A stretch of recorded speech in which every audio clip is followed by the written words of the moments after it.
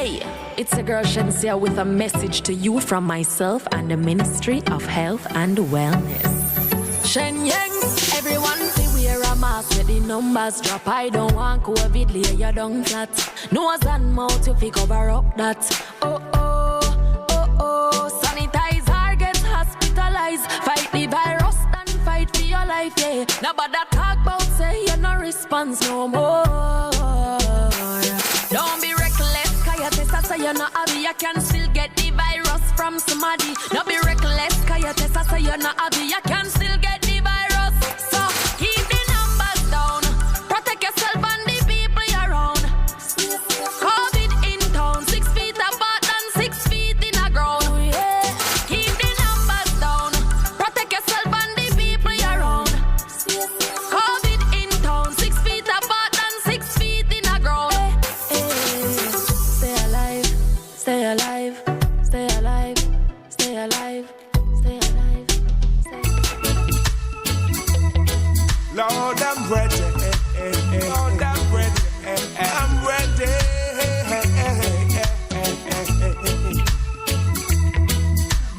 Lord, I'm ready for your call.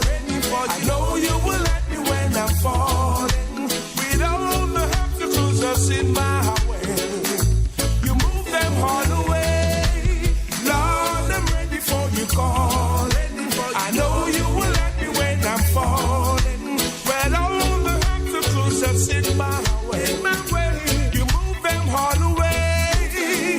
Your grace is all that carries me through the dark. You shine your light so I could see. Even when I was down on my knees, you set me free. Lord, you bring my shield from my enemies. In your loving home, that's where I got to be. To stay within your grace for the rest of my day.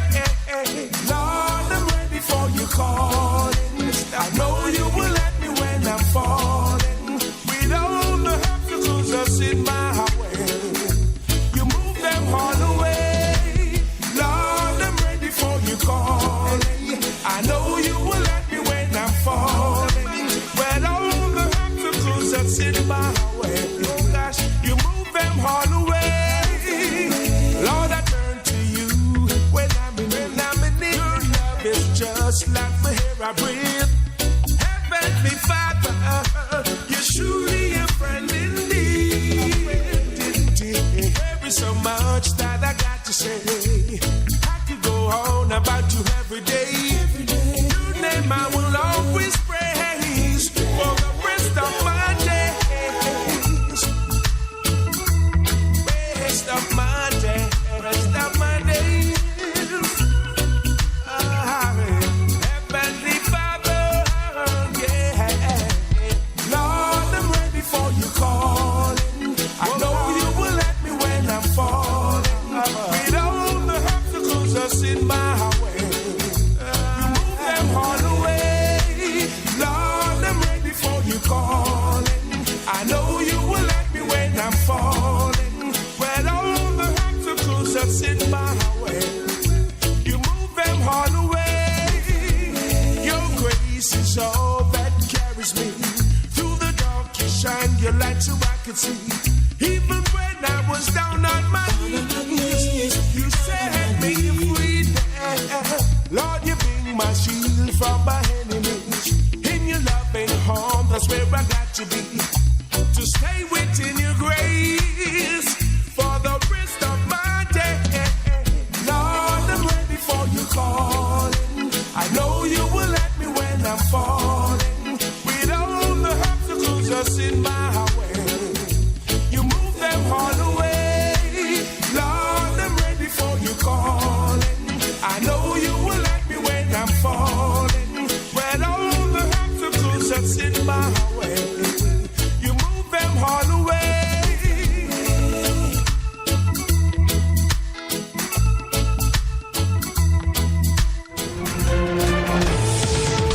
The station with the artist station with the artist music.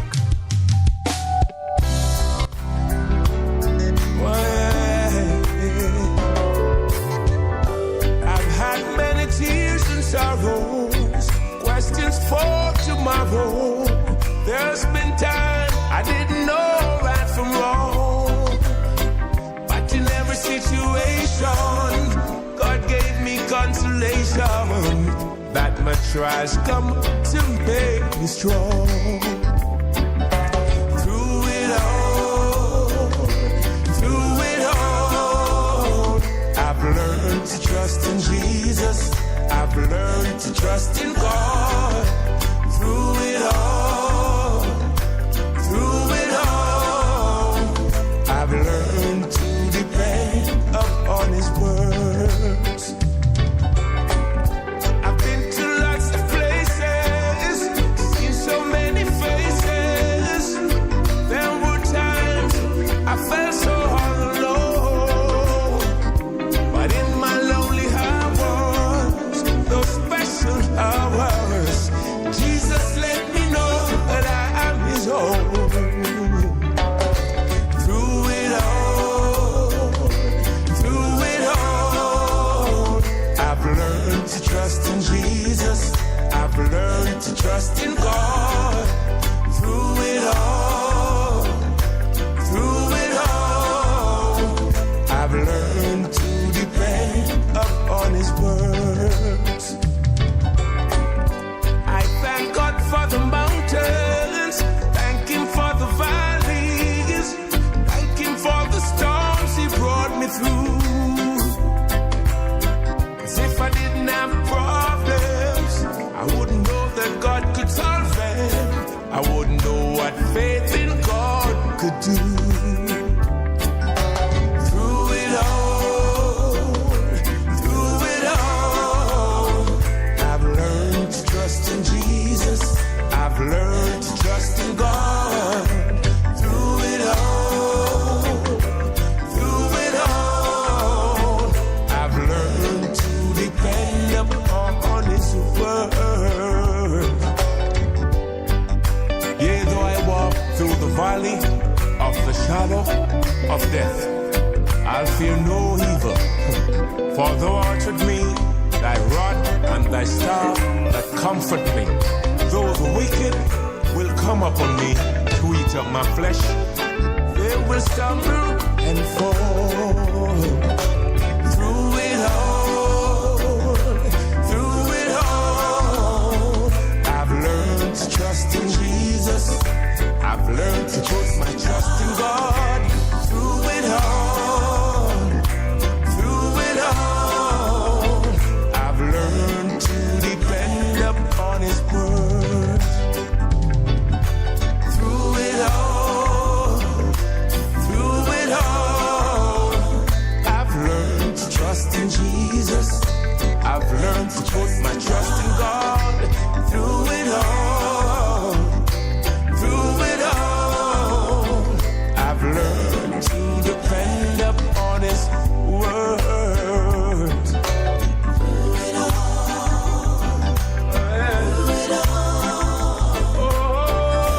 Trust in Jesus. I've learned to trust in God. Through it all,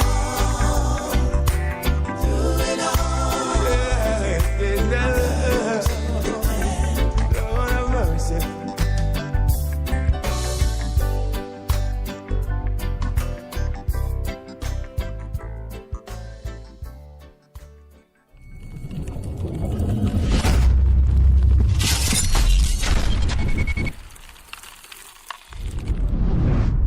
Keep we island clean, so clean. From the peaks to the beach, so clean.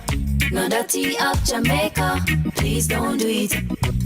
Keep we island clean, so clean. From the peaks to the beach, so clean. No dirty up Jamaica, please don't do it.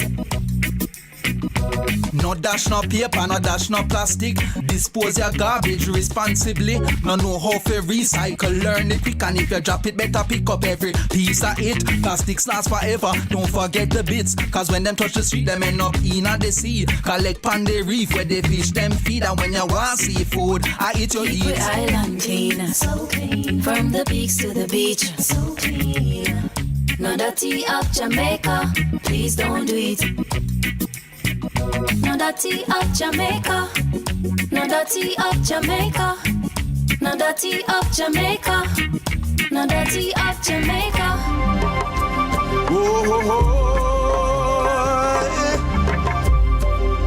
What is to be will be. Come me just a come. Come me just a come and me no want no botheration. Come me just a come. Come me just a come and me no want no botheration. Come me just a come, me said that come me just a come. Me no want no botheration. Come me just a come. Come me just a come and me no want no botheration.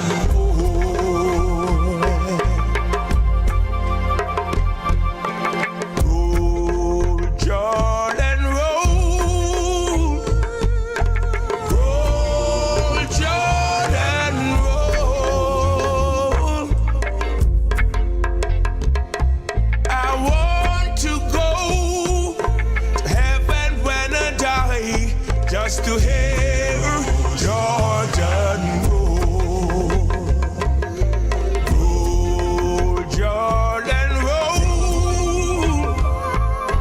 roll Jordan roll. I want to go to heaven when I die, just to hear River Jordan roll.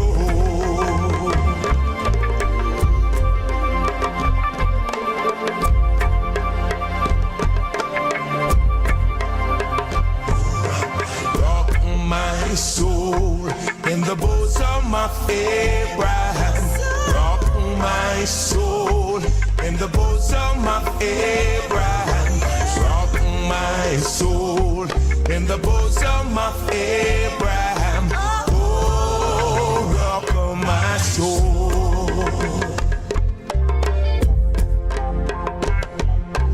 Rock my soul in the bosom of Abraham. Rock my soul in the bosom of Abraham. Rock my soul in the bosom of Abraham. Oh, rock my soul.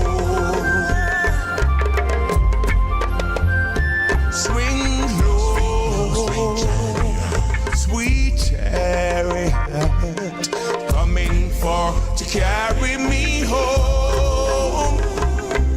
Swing low, sweet chariot, coming for to carry me home. Swing low, sweet chariot, coming for to carry me home. Swing low, sweet chariot, coming for to carry me home. One bright morning, when this life is over, I fly away home.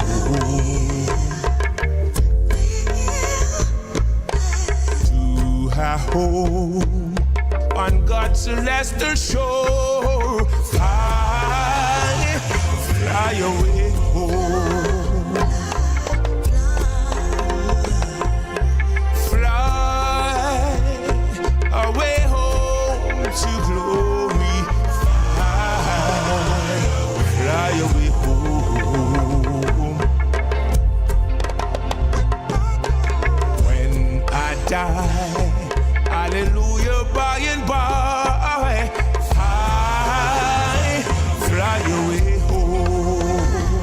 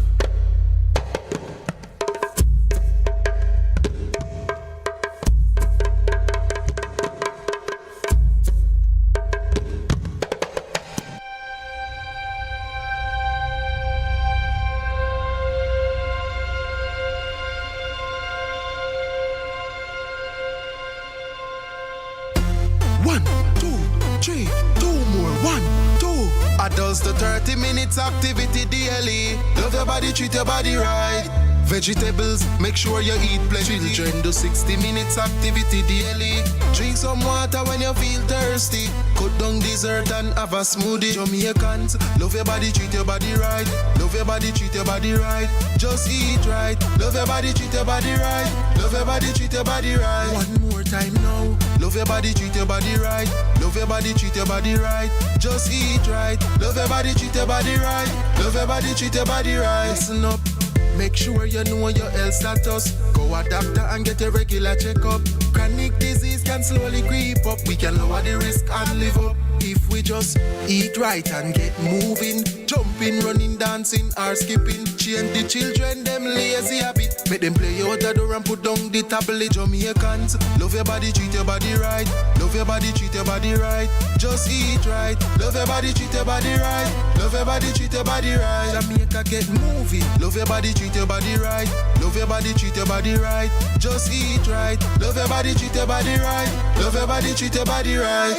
After 2, make me hear you say I love me. 1, 2. I love me. 1, 2. I love me. 1, 2. I love me. After 2, make me hear you say I love me. 1, 2. I love me. 1, 2. I love me. 1, 2. I love me. Jamaicans, love your body, treat your body right. Love your body, treat your body right. Just eat right. Love your body, treat your body right. Love your body, treat your body right. One more time now. Love your body, treat your body right.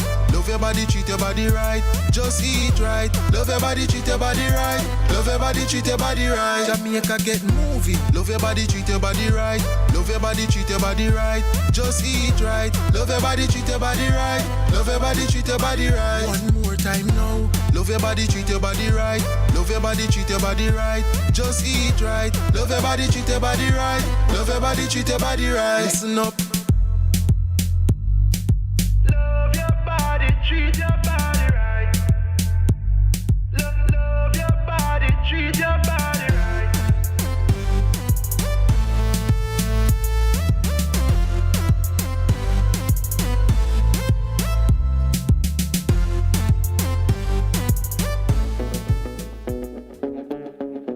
Jamaica. Best decision ever. Feel the sand between your toes and the gentle waves of the sea on your skin. Feel the warm Jamaican breeze lift your spirits and nourish your soul. Escape to exactly what makes your heart beat. You will love every moment. Jamaica, heartbeat of the world. Let's go.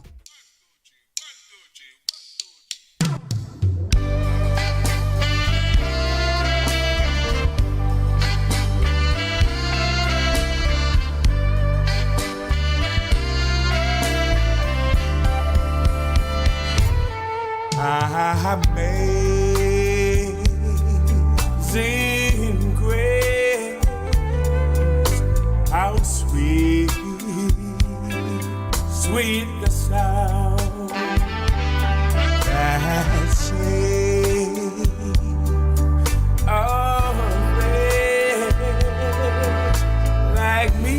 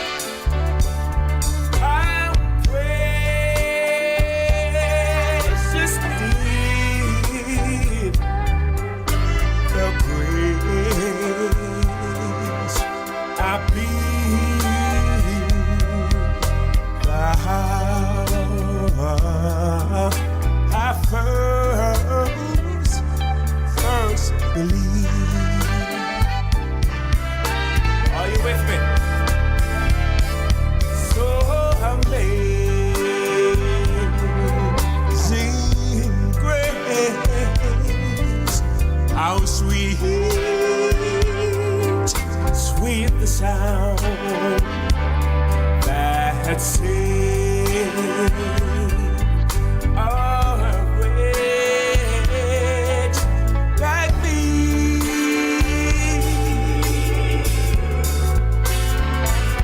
I was lost, but now I'm found. I was blind, but now I see.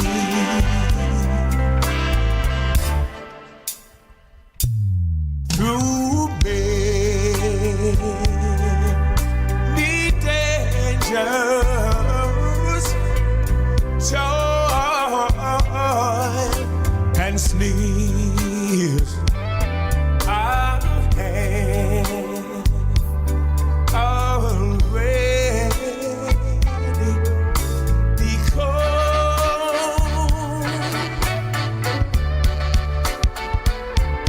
For was grace that brought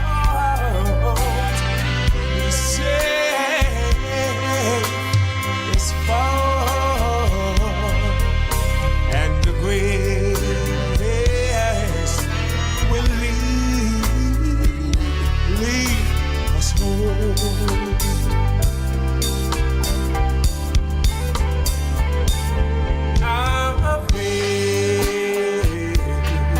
Amazing grace, how sweet, sweet the sound that saved our wretch like me.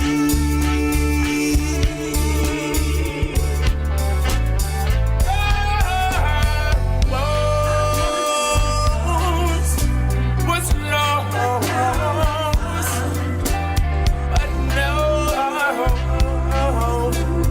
I'm found. I was blind, but now I see.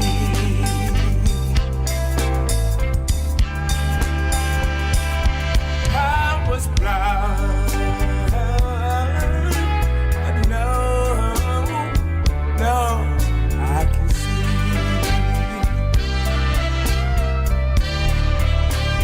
I was blind,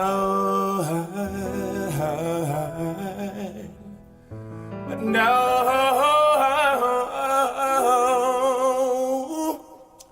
I see. Do it for your best life. Do it. Go check your HIV status. Do it. So keep your life trending, no pretending. Me I tell yourself it, do it for you, do it for you. Every time you are link with a condom, coulda husband, coulda wife, coulda be a random. Condom connect and protect your profile. Be your own fan. Do it for your best life. Do it for your best life. Do it. Don't put yourself at risk. Condom connect every time. Do it for your best life. Do it.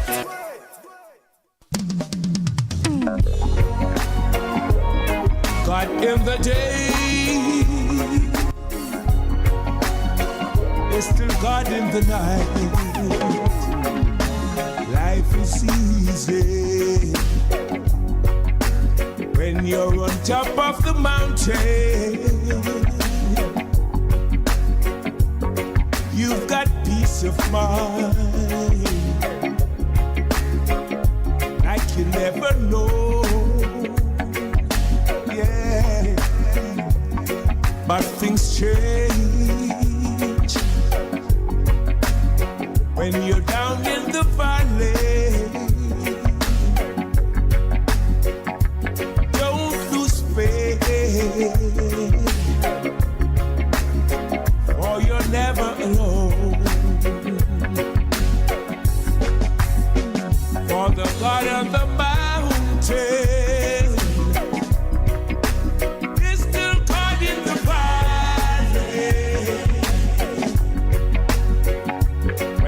goes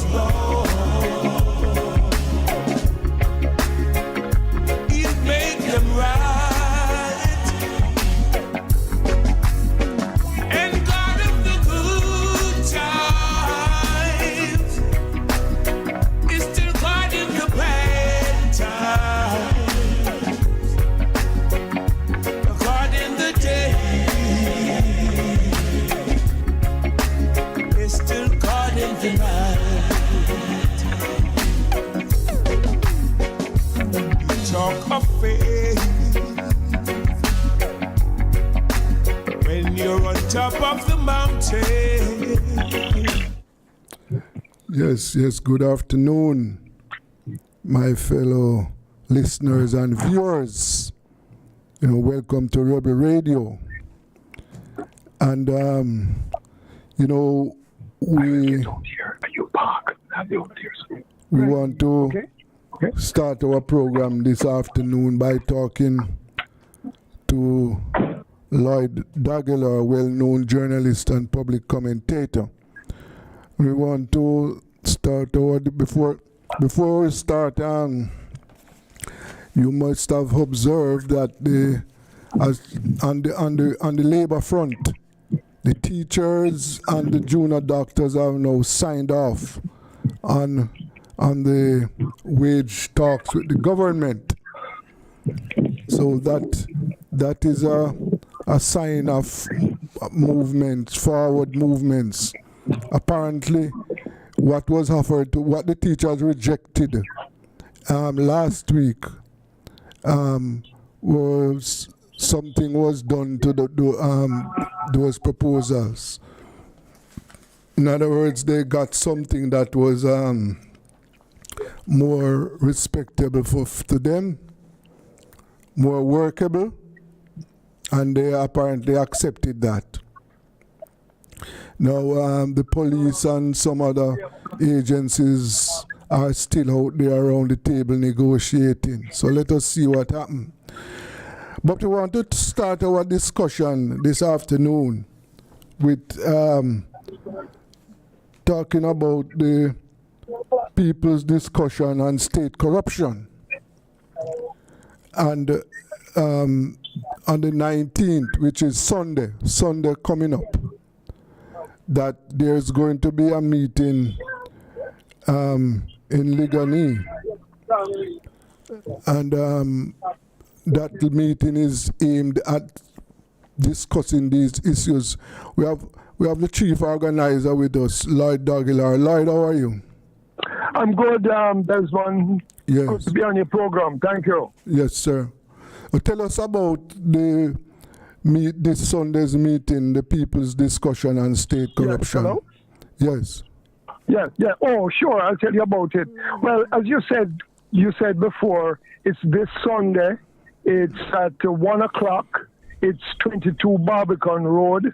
It's in Ligani area, and it's at the Chinese Cultural Association of Jamaica, 1 o'clock. And we'll be having a people discussion on state corruption. And we will have several participants who will give their assessment of corruption in Jamaica.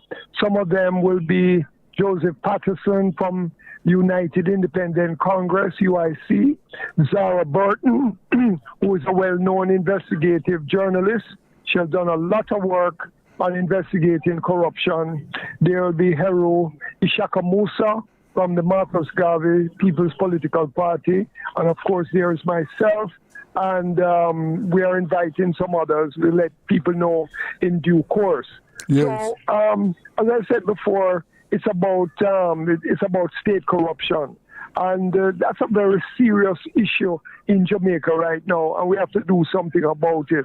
So we want to hear different perspectives from different people, and we also want to invite people to come and give us their impression of corruption and whether they're willing to work. We are willing to work together to do something about it. Because, corruption is a very serious thing in Jamaica. When you go in a taxi or you walk on the road and so on, the people have a lot to say about the corruption that they know that is going on in the country. Mm-hmm. And we just have to do something. As I think I've mentioned before, one of our main goals, which is the People's Anti-Corruption Movement, is to have a people's commission of inquiry into state corruption.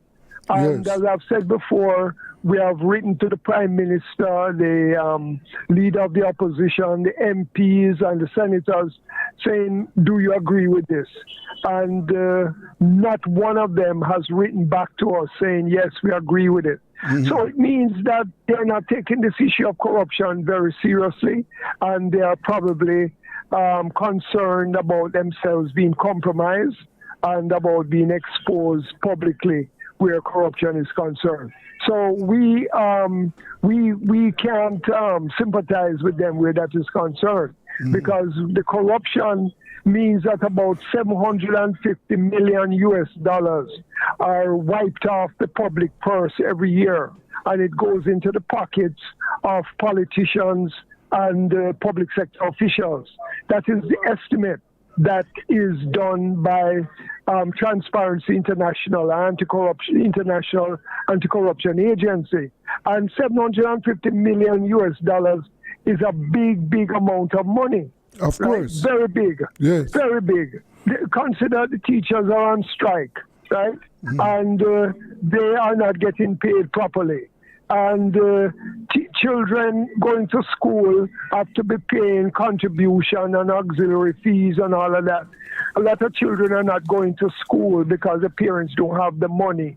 Health is a serious deficiency as well. A lot of people get sick. They can't go to hospital, etc. I see, for example, the KPH. At the KPH, they don't have the machines there so that they can manage patient properly. The lack of MRI and CT machines they don't have for the last 5 years. Absolutely. Yes. And that's a serious deficiency. Now, tell me now, you know how much billion, 750 million US dollars is each Jamaican dollars that is each year? So this is what is causing a lot of the problem. And if people are not, the children, young people are not being educated, and you're bringing in gun into the country and you're setting up gangs and all them kind of stuff there, and people are very vulnerable to being recruited into gangs. And that is one of the contributions to the high crime rate, the high murder rate, and what is going on in the country. So if we want to solve the problems of poverty, of violence, and economic underdevelopment, we really have to address this issue of corruption. It is a step forward, and I believe that it is a step forward in uniting the people. At least there is one thing we can get united around, is that nobody is supporting corruption. And the prime minister, the leader of the opposition, the politicians, a lot of them are not declaring their financial statements at all. And not only are they not declaring their financial statements, but they have these charity foundations which they're not reporting the amount of money they get for them. They are not declaring the financials, and there's a big deficiency. Miss Zara Burton will speak about that when she comes. And so it opens up the door for a lot of corruption, where the private sector can give them money and they don't have to declare who give them the money, etc., etc. In America, anytime a politician don't declare, the money that he gets and how he spends it and all that kind of stuff, he's in big trouble. Yes. Just like how Donald Trump is in trouble right now. So we need that kind of legislation. We need that kind of transparency, and we need to hold the political class and the public sector officials accountable. Yes, of course. What has to be done. Yeah. I see you, and I know you have seen that the teachers and the junior doctors have now signed off on their wage offers. You observe that? Well, let me just say something now. Last week, right, when the teachers were protesting in front of the Ministry of Education, I went out there. I was out there with my camera, taking pictures and interviewing people and all that kind of thing. And when I listened to all these teachers talk, man, they were very serious that what was being offered to them was not acceptable. Yes. They were complaining that it was the principals who were getting a bigger share. And they were also critical of the Jamaica Teachers Association because they didn't feel that they were really seriously representing them. Now, I am not going to tell you that I know the final details of what was offered to the teachers by the government in order to get them to sign off on this thing. I think there were 800 delegates, and if I'm not mistaken, it's about 600 signed to sign off on the deal. But I believe that we shouldn't believe that this solves the problem. I believe that we should give those teachers who have a differing point of view an opportunity to express themselves, because sometimes unions work with the government and they manipulate the workers and the public sector workers, and then they have to go along with it because they have no choice. Because remember now, they were threatening those teachers that if you go back out on strike, you're going to lose your pay. We're going to do this to you. You're going to, you won't be able to get vacation. They were threatening them. And they were saying you cannot continue to do this. So, but I think also after last week, I think some adjustments were made to the offer. I don't know the details myself, but some adjustments. Right. Well, this is what I'm saying. I don't know what the adjustments were, but I am saying that manipulation is possible. I'll just give you an example of the kind of manipulation some of them were suffering. Yes. And so I believe that we need to hear from the teachers again whether some of them, whether they really accept it, because 800 delegates versus 33,000 teachers. That's a small minority. And so I don't know. So I will hold off in saying, well, yes, they solved the problem, because maybe they really didn't solve it. Yes. You understand? Yes. And that applies to the other public sector workers as well, doctors and nurses and all of that, who are still complaining about the low wage offer that is being made to them. And so I am not going to sign off on it myself. I want to hear more details about it. Yes, of course, yes, because as you rightly said, that they can be manipulated. Right? Absolutely. And absolutely. And the situation as it stands right now is one that is open up for that. But exactly. What we would hope is that the authorities, meaning the government, will compromise and adjust the offer that is on the table to them, so that they can at least, because one of the things, one of the issues I find with this wage talks is that the rank and file workers across the board, they are the ones who are at the receiving end. In other words, the increase that they are getting, that they are still at the lowest bracket, the lower end, yes, absolutely. Because if you look at the numbers for the teachers, the principals and administrators, they are getting a reasonable salary there. Exactly. And this is what these teachers are saying. Yes, and this is across the board, because I am told by the unions that the civil servants in the upper echelons of the administration, those who are at the top, they are getting up to 200% increase now. Okay, well, yes.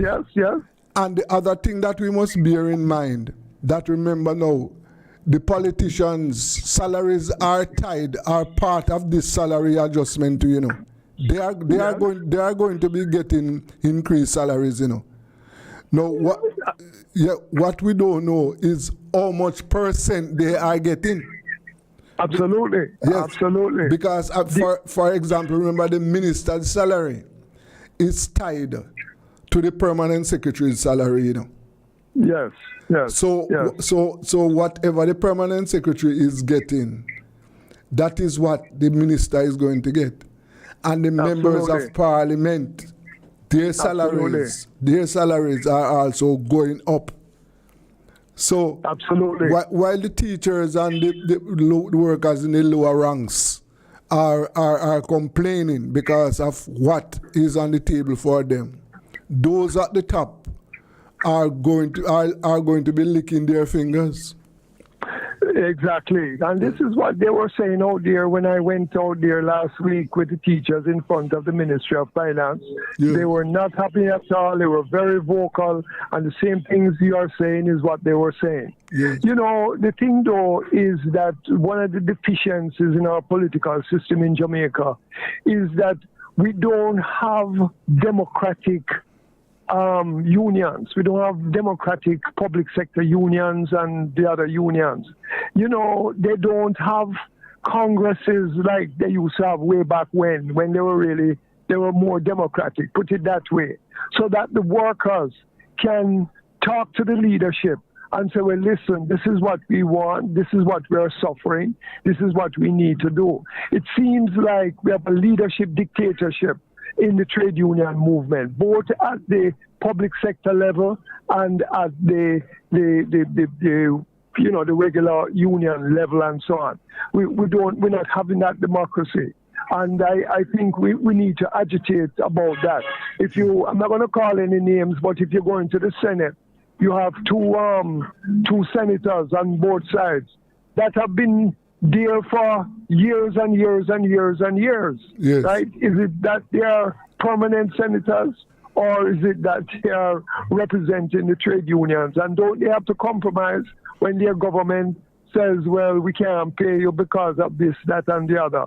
You know, so there's some serious deficiency where the trade union movement is concerned. And I think the workers are pointing that out now in terms of what is happening.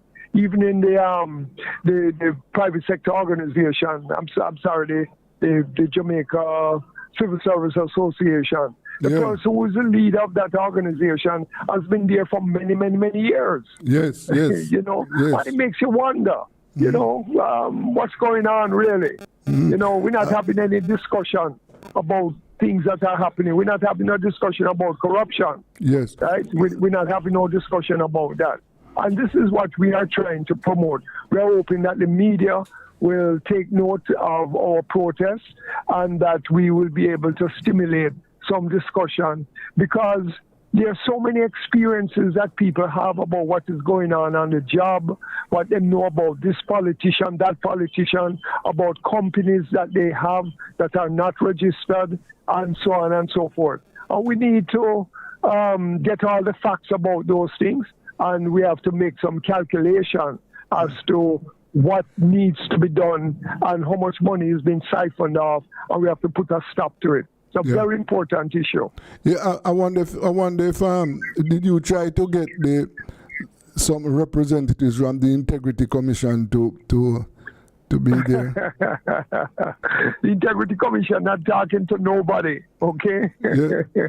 Integrity Commission, you send them a ATI request about information, they cannot give it to you, they will not give it to you. Because the Integrity Commission is structured in such a way that it protects corruption in the parliament and in the state machinery. Because they can't tell you what the investigation was about.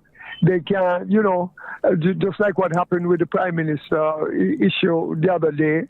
They were only able to give us a report at the very last minute. And then the prosecutor said, boy, we're not going to prosecute. And so therefore everybody's saying, well, if you know that you was going to prosecute, why were you telling us that the Prime Minister was under investigation? The just said, well, we're not going to prosecute. And that's how it works. So there's deficiencies all around. And we must remember, you know, that the same thing happened, you know, in the for example, we say, boy, this policeman, that policeman carried out an extrajudicial killing. And when it goes to the director of public prosecution, say, well, boy, we don't think we can prosecute, we don't think we will win the case in court. And so therefore, we're not going to go forward with it. Well, it's the same approach that Integrity Commission is taking. They are saying, well, we may have evidence, but we don't think we can win in a court of law. something has to change. Something has to change radically in order to deal with this thing. And there are so many institutions that are compromised in order to protect corruption and state violence and all that kind of stuff. We have to do something about it. And we feel that 2023 is a year when we're going to have to look at it very critically and do something. I am in total agreement with you, Lloyd. We must what we are doing now. It needs to be changed because we are not getting the results that is necessary to address these matters, right? For one of the things is that you will recall that the Prime Minister went into the Parliament and told the nation that criminal gangs were selling land in St. Catherine. You remember that issue? Yeah, man, sure, absolutely. Right.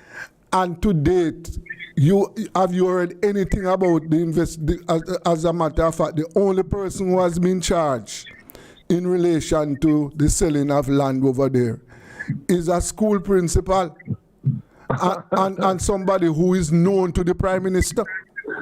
Who is politically connected. Yes. Right?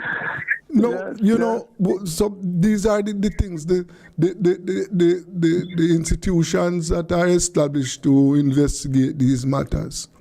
They are, when it comes down to going after and dealing with the matter, is that they are compromised. They're compromised, they are deficient. Yes. Something has to change. In other countries, some other countries, boy, the people take corruption very seriously. And they really send a very strong message to the government that things have to change. We're not going to live with this anymore. Right. And I believe that we have to get to this stage in Jamaica as well. Sometimes, I hear people say, boy, the Jamaican people, them not care about corruption or them. I don't agree with that. No. I believe that when we look at the people and we examine it, you'll find that in the last election, only 36% of the people voted, right? Yes. That means that nearly 70% of the people, didn't vote. Nearly 70% of the people didn't vote. Yes. And then that 30% has to be shared between the two political parties. Right, so it means that there is a legitimacy crisis in this country. Right. When they do polls, 70% of the people say that the system is corrupt. When you turn on your TV at night, you see people protesting over bad road, over lack of water, over, all kind of issues that are going on in the country. And I believe that there is a very strong feeling that we are not getting justice in this country. Yes, so sir. It is up to us, the people who understand the issues, to make the personal sacrifice to go out there and speak and organize and do what we have to do to get the message out there. I believe that the people will respond. Yeah. And our meeting is not the absolute, it's just a beginning to where we think we want to go. Yeah. And we're hoping that people will come and support us and so on and so forth. And I really appreciate you giving me the opportunity to explain this on your program. Thank you very much, Lloyd. And you know that this program is your program. Thank you very much, sir. Have a good afternoon. Yeah, man. I thank you very much. And all the best to you. Yes. See you on Sunday. Okay. Take care. All the best. All right. Okay. That was Lloyd Aguilar, well-known journalist and commentator, talking about this meeting, this anti-corruption meeting that is being planned for Sunday. I invite all my listeners and viewers, try and attend this meeting. It's very important. Let us go for a break. Up next is Be Sure. Let us take a break. I sing this song for you. Father God, I adore you. Yeah. My Lord, whenever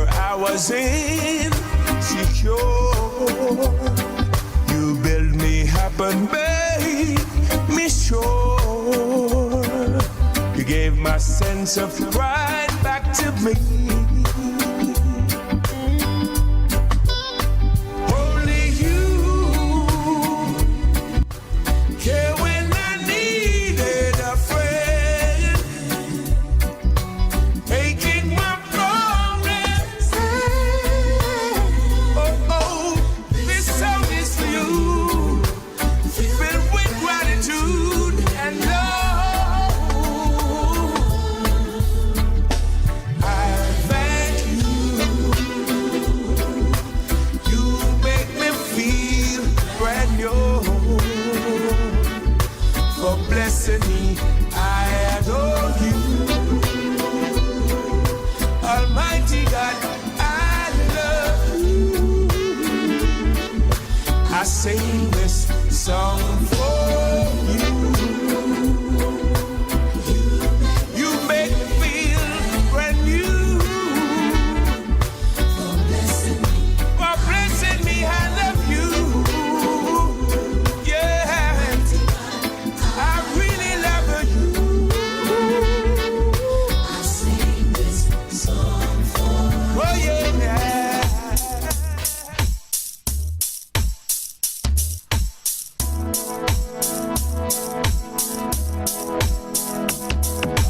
When you have trouble, don't cry. Oh no, no. Just remember that God is standing by. Hold on, yeah. When you have heartaches, don't cry. Oh no, just remember that God is standing by. Sometime when your burden is down, just remember God is standing by. Thank you, Lord. So there's no need to cry. Oh, God is standing by.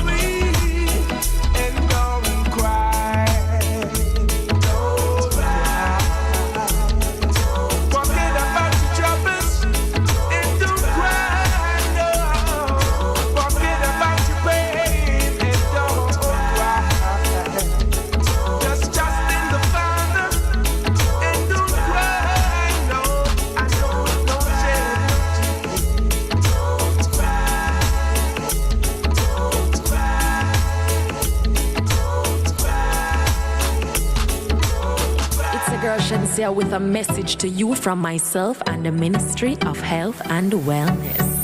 Shen Yang, everyone say wear a mask, get the numbers drop. I don't want COVID, lay you down flat. Nose and mouth, you fi cover up that. Oh, oh, oh, oh. Sanitize or get hospitalized. Fight the virus, then fight for your life, yeah. Nobody talk about say you no response no more.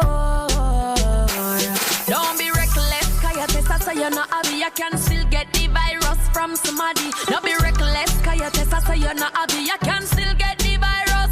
So keep the numbers down. Protect yourself and the people you're around. COVID in town, 6 feet apart and 6 feet in the ground. Keep the numbers down. Protect yourself and the people you're around. COVID in town, 6 feet apart and 6 feet in the ground. Stay alive, stay alive, stay alive, stay alive, stay alive. Father God, Most High, to you I give all the glory. Yeah, yeah, yeah. Be not dismayed, whatever betide, God will take care of you. hear that? Beneath his wings of love abide, God will take care of you. God will take care of you through every day, all the way. Mercy. He will take care of you. God will take care of you. No matter what may be the test, God will take care of you. Lean everyone about the Lord, and He will take care of you. Mercy. God will take care of you through every day, all the way. He will take care of you. God will take care of you. Lord of mercy. No matter what sickness it may be, yeah. No matter what problems you go through, no matter how rough it may be, the Lord promises He will ever take care of you. So God will take care of you. Mercy. Through every day, all the way. He will take care of you. God will take care of you. Be not dismayed, whatever betide, God will take care of you. Hear that? Beneath his wings of love abide, God will take care of you. God will take care of you through every day, all the way. He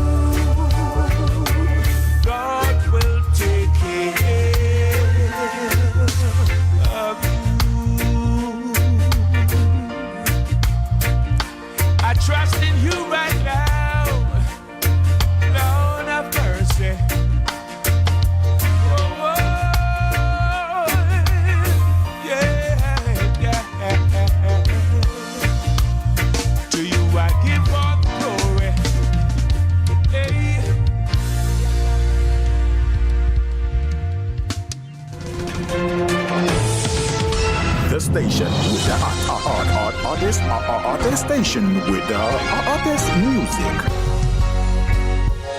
Just believe right now, and they'll do it again. You may be down and feel like God are somehow forgotten. Yeah, that you are faced with circumstances so hard to get through. Right now it seems there's no way out, and you're going under. Yeah, God's proven time and time again, He'll take care of you, and He'll do it again. He'll do it again. Just take a look where you were now and where you have been. He always come through for you. He's the same now as then. So you may not know how, may not know when, but He'll do it again. God knows the things you're going through. He knows that you're hurting. He sees and knows just how your heart has been broken into. But He is God, God of the stars, the sand and the seas. He is the one who will take care of you,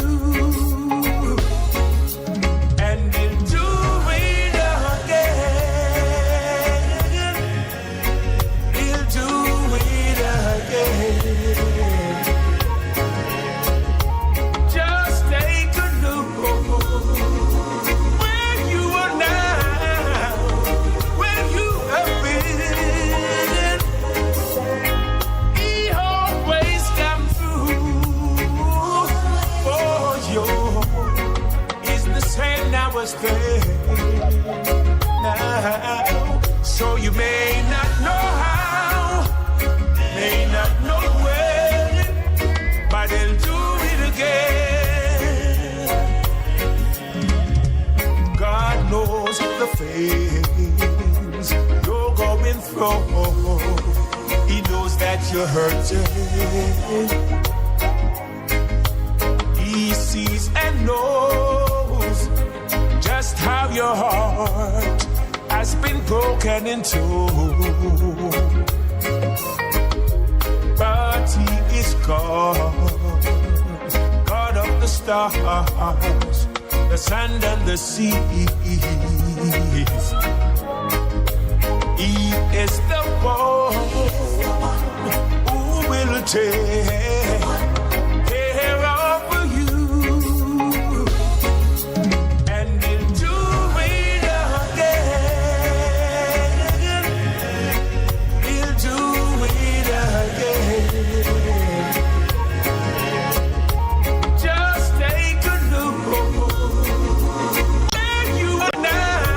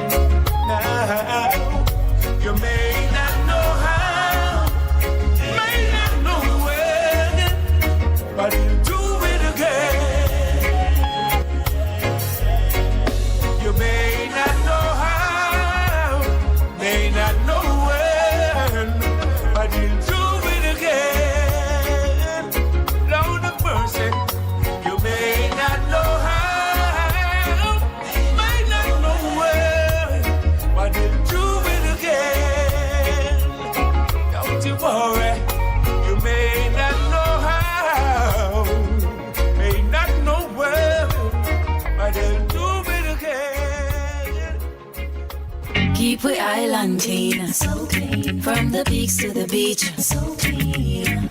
No dirty up Jamaica, please don't do it. Keep we island clean, so clean. From the peaks to the beach, so clean. No dirty up Jamaica, please don't do it.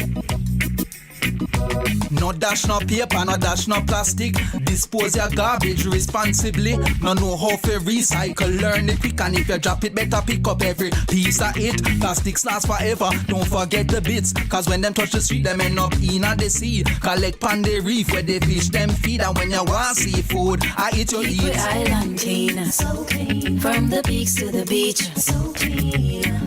No dirty up Jamaica, please don't do it.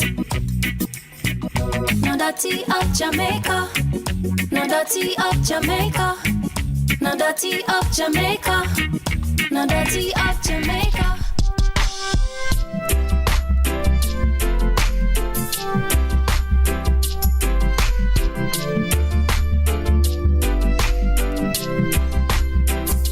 Oh Lord my God, when I'm in awesome wonder, consider all thy works thy hand doth make.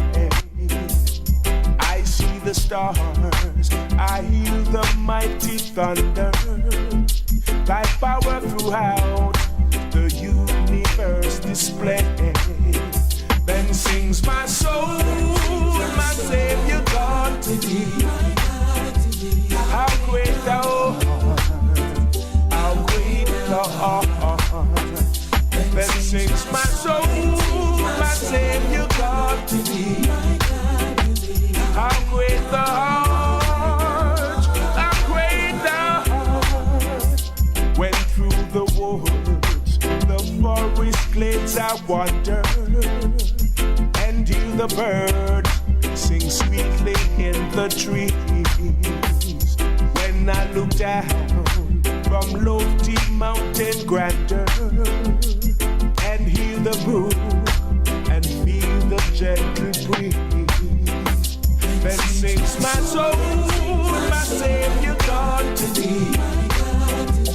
How great thou art, how great thou art. Then sings my soul, my Savior God to thee. How great thou art, how great thou art.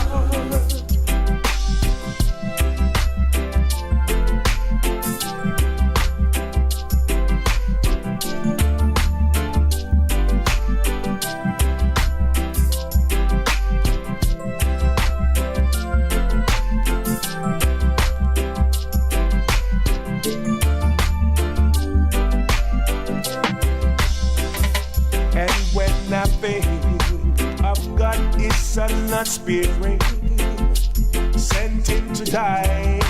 I scarce can take it in. Then on the cross, my burden gladly bearing, he bled and died to take my sins away. Then sings my soul, my Savior God to thee. How great thou art, how great thou art. Then sings my soul, my Savior God to thee. How great thou art, how great thou art. Then sings my soul, my Savior God to thee. How great thou art, how great thou art. That sings my soul, my Savior God to thee. How great thou art, Almighty God, how great thou art.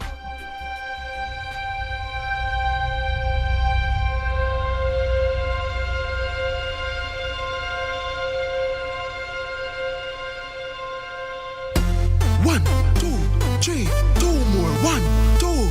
Adults to 30 minutes activity daily. Love your body, treat your body right. Vegetables, make sure you eat plenty. Children do 60 minutes activity daily.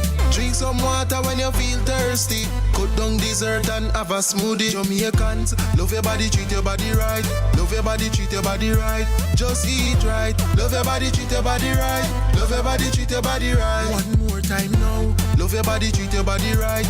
Love your body, treat your body right. Just eat right. Love your body, treat your body right. Love your body, treat your body right. Listen up.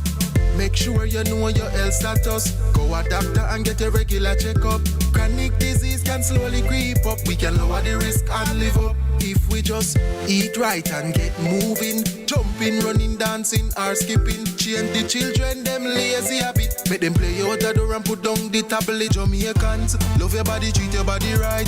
Love your body, treat your body right. Just eat right. Love your body, treat your body right. Love your body, treat your body right. Jamaica, get moving. Love your body, treat your body right. Love your body, treat your body right. Just eat right. Love your body, treat your body right. Love your body, treat your body right. After two, make me hear you say I love me. 1, 2. I love me. 1, 2. I love me. 1, 2. I love me. After two, make me hear you say I love me. 1, 2. I love me. 1, 2. I love me. 1, 2. I love me. Jamaicans, love your body, treat your body right. Love your body, treat your body right. Just eat right. Love your body, treat your body right. Love your body, treat your body right. One more time now. Love your body, treat your body right. Love your body, treat your body right. Just eat right. Love your body, treat your body right. Love your body, treat your body right. Jamaica, get moving. Love your body, treat your body right. Love your body, treat your body right. Just eat right. Love your body, treat your body right. Love your body, treat your body right. One more time now. Love your body, treat your body right. Love your body, treat your body right. Just eat right. Love your body, treat your body right. Love your body, treat your body right. Listen up. Love your body, treat your body right. Love your body, treat your body right.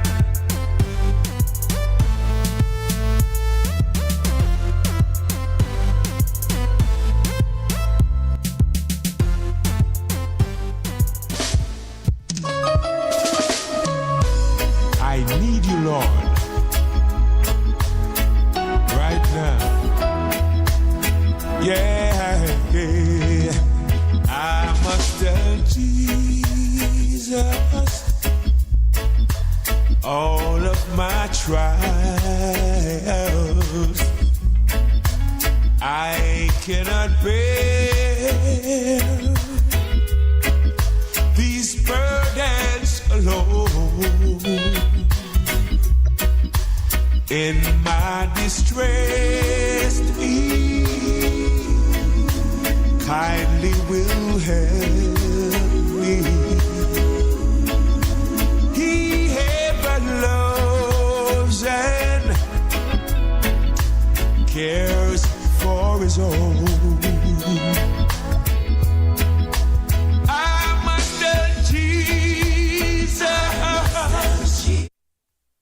I must tell Jesus. I cannot be. Yes. Welcome back to Rebel Radio. You know, and we are little bit late in our regular Monday program, Be Sure. You know, Be Sure is that program designed to provide you with information that you can make the necessary preparation for a rainy day. You know, and you know that that is a day that all of us will have to face.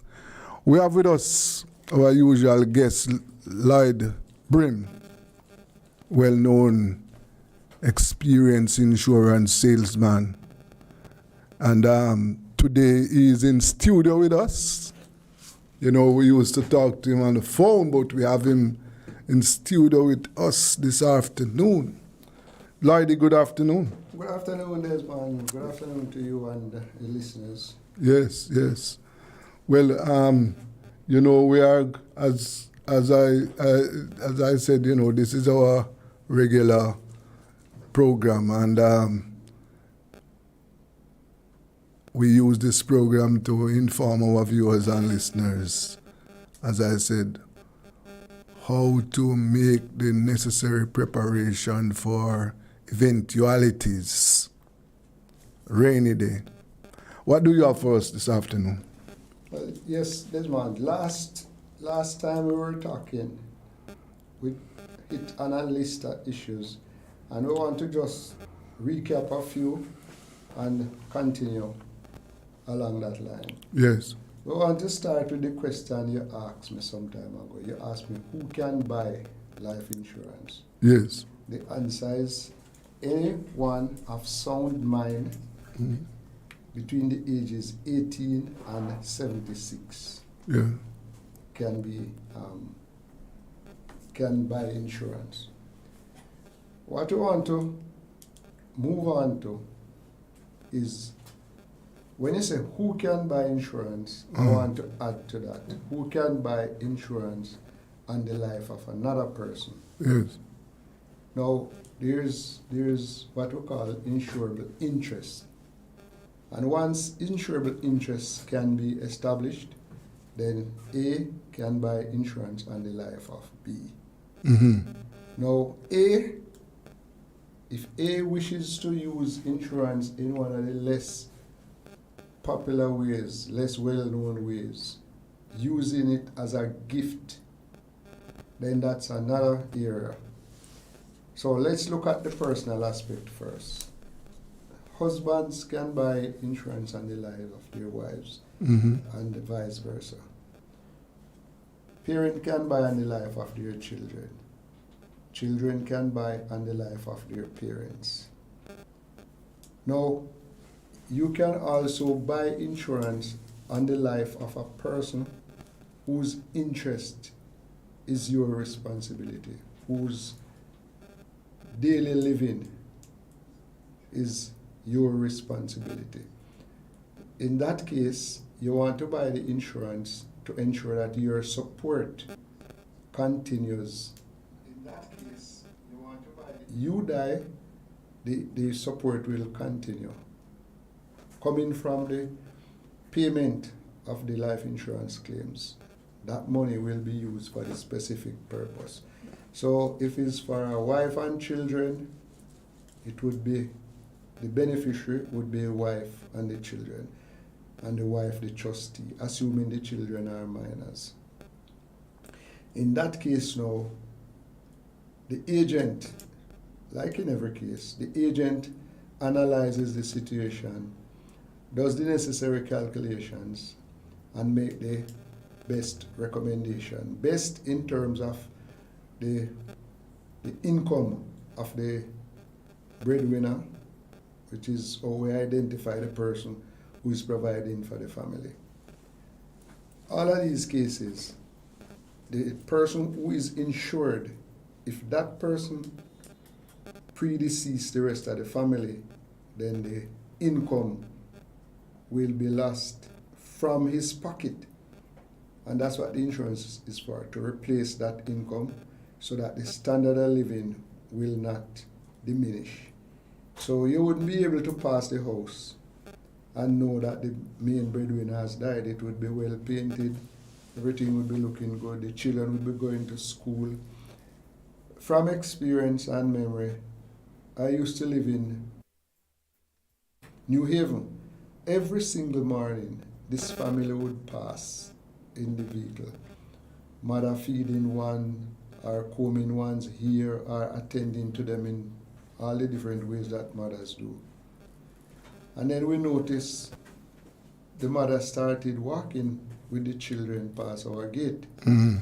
And soon after, the mother was walking past the gate alone. The children were no longer going to school. And there was no vehicle to take the mother where she was going. I assume it was work. So the loss of that breadwinner was accompanied by the loss of the support and the income. Yes.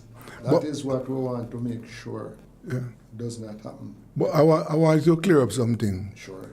So, for example, if I decide to buy a policy for John Brown. He's not my son. He's not related to me. Yes. Right. But I decided to buy a life insurance policy for him. What is there to prevent me from doing that? Well, you first have to establish insurable interest. What loss would you suffer if this person dies? What responsibility? For example, you have an employee. Yes. That relationship is established. Once a person is an employee of yours, you can adopt somebody or you can make out a case with the help of your agent and the guidance as to how the insurable interest is established. But without it, you will not be able to get the insurance on the life of the person. If it's a family member, then of course those are established. Mm-hmm. You know, if you die, you just have your wife alone, and you die, you don't want her to lose your support. If you have children, you don't want them to stop going to school. That kind of protection you would want. Yes. You want to establish that. Yeah. So, who can buy insurance on the life of a person? Family relationships are established, and worker employer relationship. You can buy for your household helper. Mm-hmm. And you would have that now as, let us say, a retirement gift for the person, because we know of household helpers who work with families for generations. Arrangement, and whenever the person reaches the age that they have to retire, you wouldn't send them away with 2 weeks pay or any such trivial thing. You would send them away with their national insurance benefit and the benefit of the life insurance policy that you put in place for them. Okay, I see.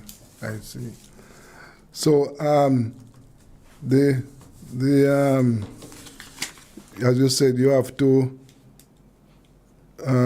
establish the insurable interest before you can purchase an insurance, right? Yes, definitely. Right. Now, well, I know that I know. For example, you can buy insurance for your business to protect your business, and so that is clear. It's not so clear, Desmond, because there has to be a business partnership. There has to be some business that would suffer significant loss if you or your business partner dies.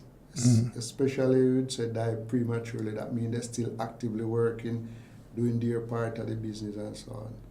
And even when they come to retirement, when the person dies, your interest in the business can be severely threatened, because whoever the partner leave as beneficiary, those beneficiaries can sell the deceased partner's interest in the business, and you lose just about everything that you had in the business, because they can sell it below market price and so on.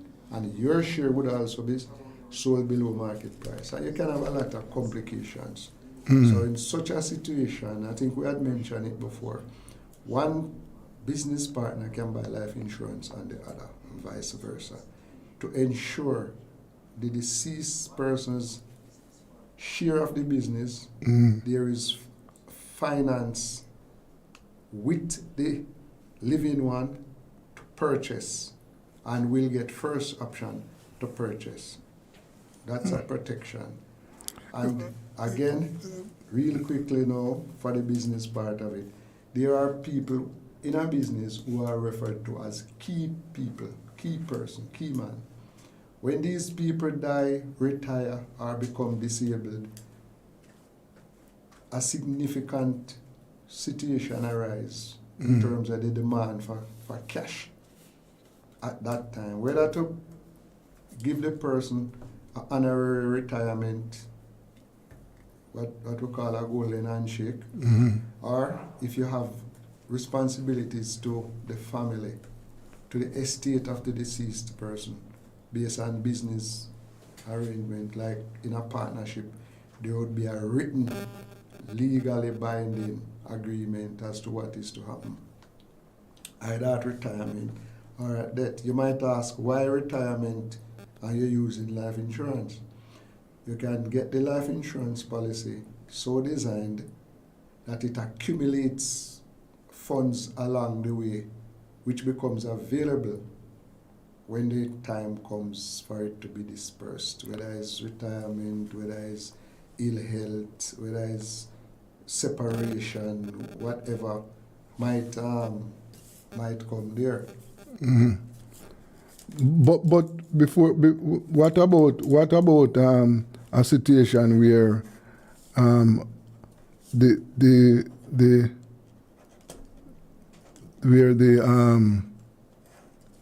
is a sole proprietor. In every situation, there are demands for cash to take care of the debts that fall due, the signed agreements that fall due, the credit arrangements that fall due, and all that. So, in truth and in fact, Desmond, in a sole proprietorship, the sole proprietor actually is really two persons in one. He is the family person and he is the business person. So the insurance that is bought, business activities and things to be solved, is a different arrangement for the family to continue to live and be supported. Okay. So we actually have two in one. Yeah. No any question I see mortgage? Yes. Yes. That's another one. Yeah, that is. Explain the connection between mortgage and what we are talking about. Well, let's look at it this way. When you get a mortgage, you have created a debt. Yes. And that debt will fall due unpayable should the borrower die with unpaid funds. And with the unpaid funds, you have a number of alternatives. One, the mortgage company can repossess it and sell it to recover the amount outstanding. Yes. That if the mortgage is not being paid. No, if it is not fully paid off when the person died. Yeah. To make sure the mortgage company has insurance that you are automatically covered under once you become a borrower from the mortgage company. In addition to that, as insurance advisors, we like to get our clients to buy their own personal insurance and assign it to the lender, the mortgage company. This insurance, there's a difference between the one that... Hold on, I don't understand that. You said assign it to the... To the mortgage company. Okay. The reason for that is the company is lending you depositors money. Yes, of course. They have to do due diligence. They have to make sure that that money is safe. So there is this insurance that goes with the mortgage. It's paid with the mortgage and everything. That is to protect the depositors. Yes. So therefore, what happens in this case, let's say you have a mortgage of $50 million and you have to have an insurance of $50 million as well. If this mortgage is covered under the group insurance, as your remaining balance decreases, it goes from 50 million to 40, this insurance we're talking about now is on the life of you, the borrower, you, the mortgager. And that business connection there establish insurable interest. Therefore, as your mortgage is reduced, the balance from 50 million to 40, the insurance follows it. It is a reducing balance insurance. Okay. So when you get to 50 million paid, then that's it. That's the end of the mortgage. That's the end of that, and that's the end of that insurance too. Absolutely. So the cost of that insurance is the total of all the premiums that you paid. As an advisor, I encourage and advise my clients to buy the 50 million on their own life. But the beneficiary at that time is the mortgage company. You assign it. Your wife or whoever can be the beneficiary, but it is assigned to the mortgage company. And it remains there until the mortgage is complete. But the difference is this. You start at 50 million. When the balance on the mortgage is 40, the amount on your insurance is still 50.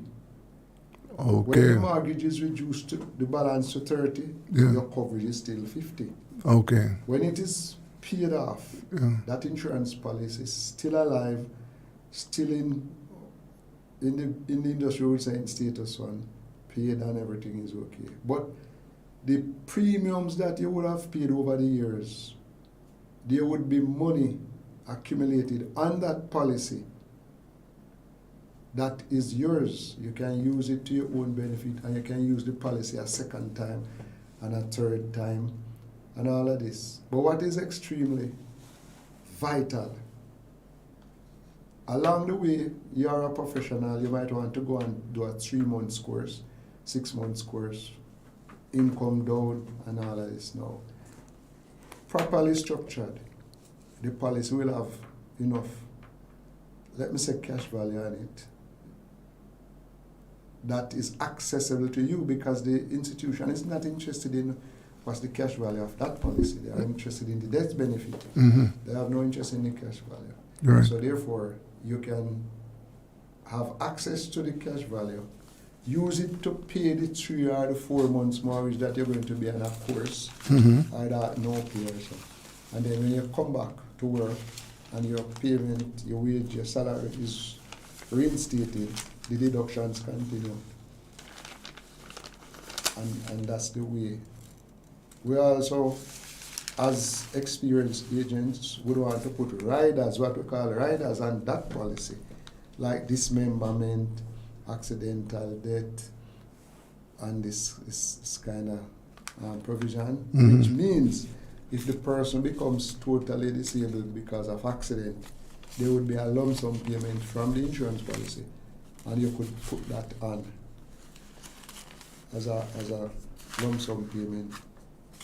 But the policy is still alive, still relevant to the lender, and everything would be okay. If you have waiver of premium and you are in such a state that you can no longer pay your premiums, the waiver of premium would chip in, and that would cause the insurance company to honor its obligation of paying the premiums on that policy for the rest of the disabled person's life. Okay, right. We are talking to insurance salesman Lloyd Brim, and this is Be Sure. You know, this is the program that we use to inform you about taking care of what is likely to happen, taking care of your future. That is the aim of this program, right? The other thing is that hire purchase. Yes. How you make the connection between hire purchase and what we are talking about here? All right. To the best of my knowledge, we have a section that we refer to as creditor protection. Yes. The name explains. The creditor protection insurance now, once you go and hire purchase type of arrangements, there is a I don't know if I should say global, but there's an insurance policy that covers all the people who are on hire purchase. So if the person dies leaving unpaid sums, then that insurance should take care of the remainder. Mm-hmm. So it's not that the debt die with the debt, as people like to say.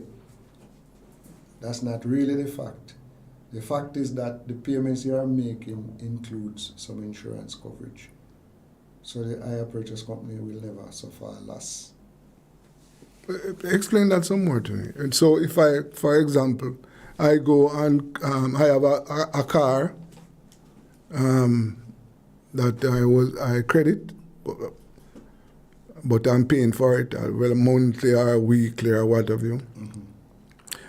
What are you saying now? That there's a insurance that would take care of that responsibility? If the company that is doing the business put one in place, mm-hmm. it will be there, and it will be for their protection. Okay. So in other words, part of the premiums that is being paid by the creditor, it goes towards that insurance. It's built into it. Okay. Yes. But I tell you, unless you ask or you listen to a program like this, you would never know that they have that type of insurance. So unscrupulous people would still try to claim from the deceased person's relatives or so on. We have known of that. Mm-hmm. They try to, but say the person, the creditor dies before the loan is yes, paid off. Yes. That is in small businesses and other arrangements. Mm-hmm. Okay. So you can assign a policy to the car company if you have that kind of thing, and that is why we have a point here that says who owns the insurance policy. Yes. Okay, I see. Now, I think last week we were dealing with beneficiaries. Yes. And I think that we stopped the program before we had completed the presentation on that. Yes. Yeah. Who is a beneficiary where life insurance is concerned? Is the person for whose benefit the insurance was put into effect. So if you're doing family protection, who would be the recipients of the proceeds at any time they die? Those are the beneficiaries. Yes. That you choose. These are the people you're protecting. These are the people who cause you to buy. But two types of beneficiaries, in fact, three types of beneficiaries. One beneficiary that you can have is estate, which means at any time you die, the proceeds of that insurance policy goes into the package with all the other things that you own and is distributed according to a will. So you could have that designation, you die and your family don't get a cent out of the money because it goes into your estate and there are more liabilities than assets in your estate. So that insurance money could go with the wind in clearing up liabilities.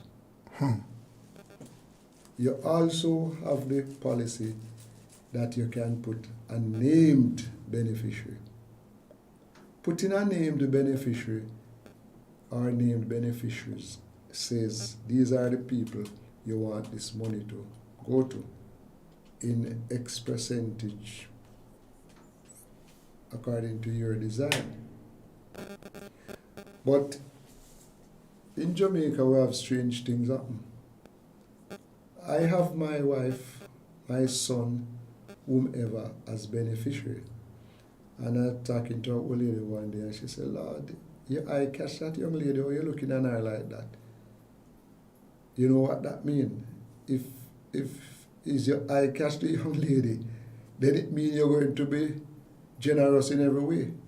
And some of us are so generous that we go and remove the beneficiaries that we had intended and put this person. To protect against that, one designation of beneficiary is what you call irrevocable, and the other one is revocable. Revocable means you can go and change it without consulting anybody. Nobody have to sign. Irrevocable means you cannot go and change it by yourself.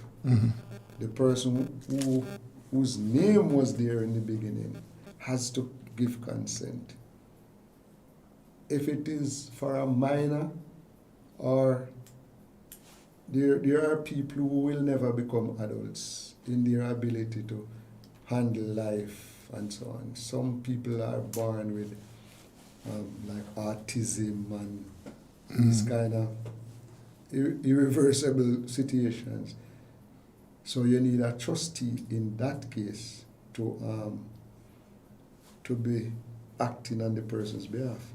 If that is a situation, then you couldn't change the beneficiary without the trustee consenting to it. Yes, I get you. So you were asking who owns the insurance policy. Did you ask that? I think, yeah. Yes. I asked who owns who. All right. You have a proposer, you have a life insured, and you have a beneficiary. The proposer and the life insured can be the same person. I am buying insurance on my own life. Now, what's the purpose of my buying that insurance on my own life? I can be connected to my past students association. I can be connected to my political party. I can be connected to my church. Whatever organization legally registered that I am a member of, or I feel kind to, I can put that organization as a beneficiary on my insurance policy.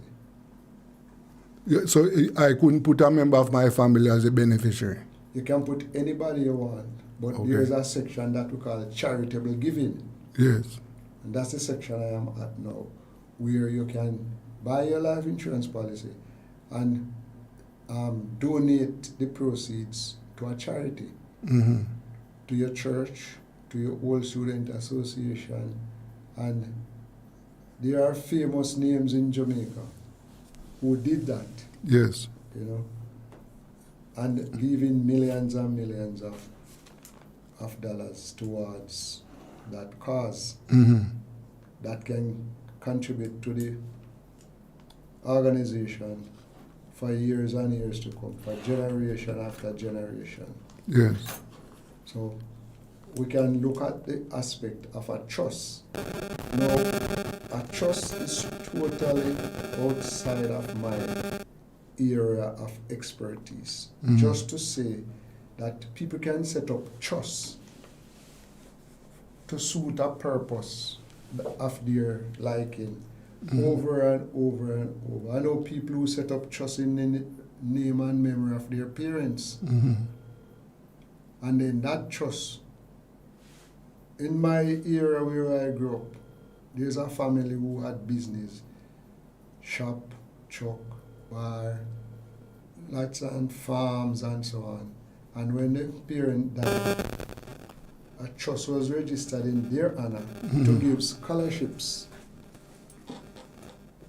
to the children from a particular era, from the school in the era, or once they originate in that district, they can apply for the scholarship from the trust. And whatever the scholarship is valued at, then they'll get that, whether they pay it straight to the school, whichever way. These are details that can be dealt with, but you can leave the proceeds to whatever institution, whatever cause that you choose. Brim, you know what I would like you to just talk about? Yeah, explain why is it important for just the ordinary worker working? Why is it important for he or she to have an insurance policy? And well, we know, for example, that workers are working with institutions, companies that have group life insurance, right? So we know that. So they are protected by that. But outside of that, those who are not protected by group life insurance, just explain for us why is it important for those categories, those workers, to acquire something for rainy day. Can I start at the beginning, Desmond? Because we must never forget that there comes a time when the employee and the employer parts company. The employer has no insurable interest in you when you are no longer employed to him. Therefore, the insurance that the employer provides is only effective for the period you are employed and 30 days thereafter. The group insurance carries no cash value. It carries no payout except when the person dies. The employer is free to put that insurance on the life of the employee because he has insurable interest in the employee. When the employee ceases to be an employee, he has no further insurable interest unless it is key man insurance. So you're talking about, let's say, the man on the street who's doing the everyday job. When he separates from the employer, he no longer has any insurance. Oh. So that's one of the main reasons why he should have an insurance policy, paying his own premiums, addressing his own issue, that he has that all the time. That's always in force for him, whether he's employed to one employer A or moves on to B or moves on to C. That is his personal investment, his personal provision, and the company cannot take it from him. Right. He would have to default on it. So the company is employing you and is doing what the law says, because some of these provisions are like labor. That's an area you know a lot about, the labor relations laws and people wanting to be good corporate citizens. All of these things come into play. And of course, there's a thing called tax deductible. Yes. So all of these things have an effect on what the employer does. And he's not in a charitable business. We have charities different. I was just pointing out a few areas that you can make charitable contribution to charities using the life insurance instrument. Yes. So companies like to be considered good corporate citizens, contributing to the communities in which they live and all of these things.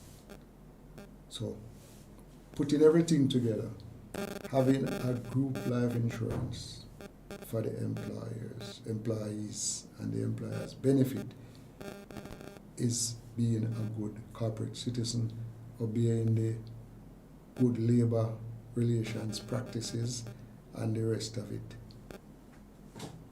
That's why they have these provisions for the workers. You fail to be a worker, you fail to continue to benefit. But you still have a need for insurance. Yes. That's the reason why the average man must have insurance. And we don't want people to be misled. I want to clear that up immediately. That everybody who is working can afford an insurance. Speak to an agent. Right. And you'll get the information. Yes.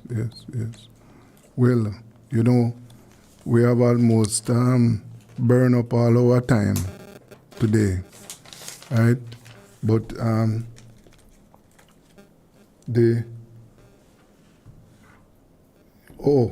yes, we have a couple more a few minutes. You want to use that to address that matter of trust. Oh, well, that is a specialized area.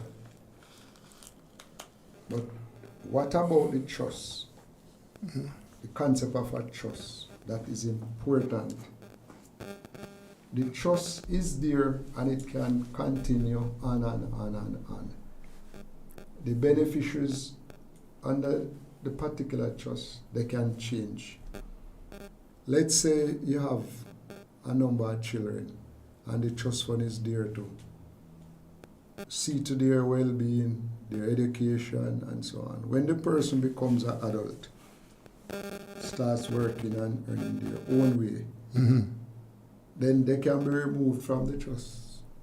Their benefiting from the trust can cease.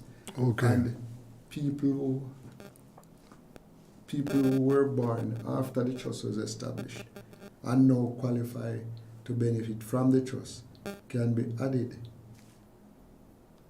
So the banks have trust sections, the law firms have trust sections, and trustees do not have to be individuals.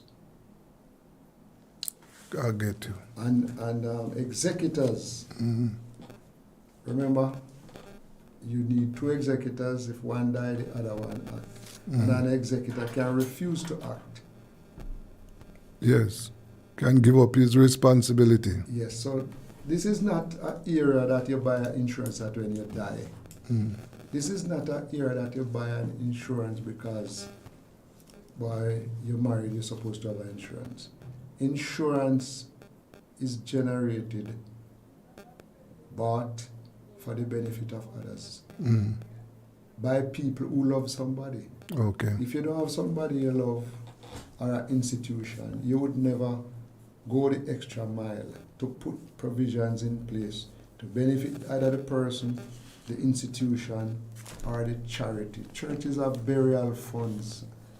Lots and lots of charities need help. And you don't have to give it in your lifetime. You don't have to give it out of your pocket. You can do it through an insurance policy. Okay. And it can contribute a lot more than many of us would be able to do from our earnings. Well, Lloyd, we have come to the end of today's program. And as you know, this platform is used, one of the purposes is to provide information to clients. And therefore, this is one of the programs that we really put our effort into. So, until next week, I want to thank insurance salesman Lloyd Brim for providing us with information about how to protect yourself. So until then, have a good, stay safe, Lloyd. Thank you, Desmond, and thanks to your listeners as well. Yes. Bye. Yes, of course. So we will, as you said, we'll continue to talk about or to provide you with information so that you can be sure of what is happening. And until next week, just have a safe and productive afternoon. This is the Rebel Radio, right? We are our next move now. We are going to take a short break, and then we are going to be back with workers' time. And lots of things happening at the workplace. Let us take a break.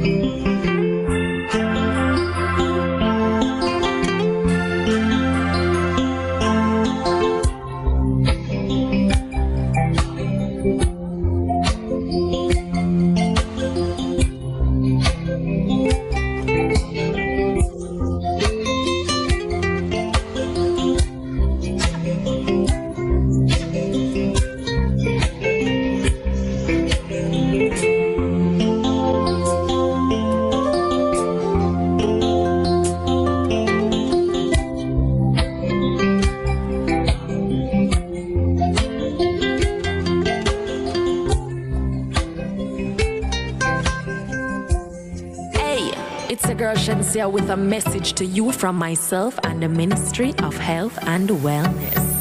Shenyang, everyone say wear a mask, let the numbers drop. I don't want COVID, lay you down flat. Nose and mouth, you fi cover up that. Oh oh, oh oh, sanitizer, get hospitalized. Fight the virus, then fight for your life, yeah. Nobody talk about say you no response no more. Don't be reckless, cause your test say you're not happy. You can still get the virus from somebody. Don't be reckless, cause your test say you're not happy. You can still get the virus. So keep the numbers down. Protect yourself and the people you're around. COVID in town, 6 feet apart and 6 feet in the ground. Keep the numbers down. Protect yourself and the people you're around. COVID in town, 6 feet apart and 6 feet in the ground. Stay alive, stay alive, stay alive, stay alive, stay alive. My Redeemer, yeah. Yes, he lives forever, yeah. Who taught the sun where to stand in the morning? And who taught the ocean you can only come this far? And who showed the moon where to hide till evening? Whose words alone can catch a falling star?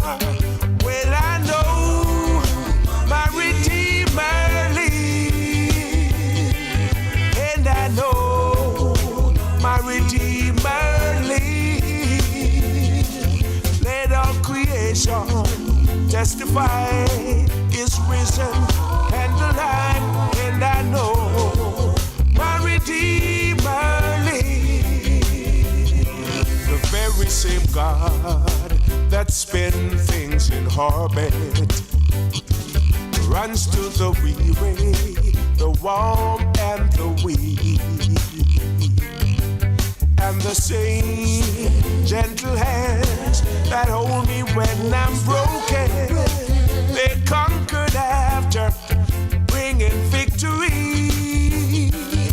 Yes, I know my Redeemer lives, and I know my Redeemer lives.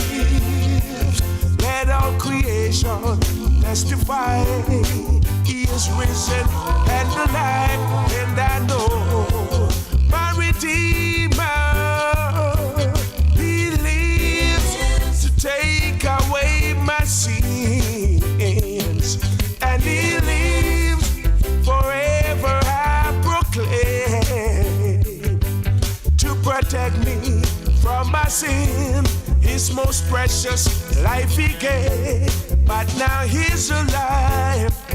There's an empty grave, and I know my Redeemer lives. Yes, I know my Redeemer lives. Let all creation testify His life is magnified, and I know my Redeemer lives.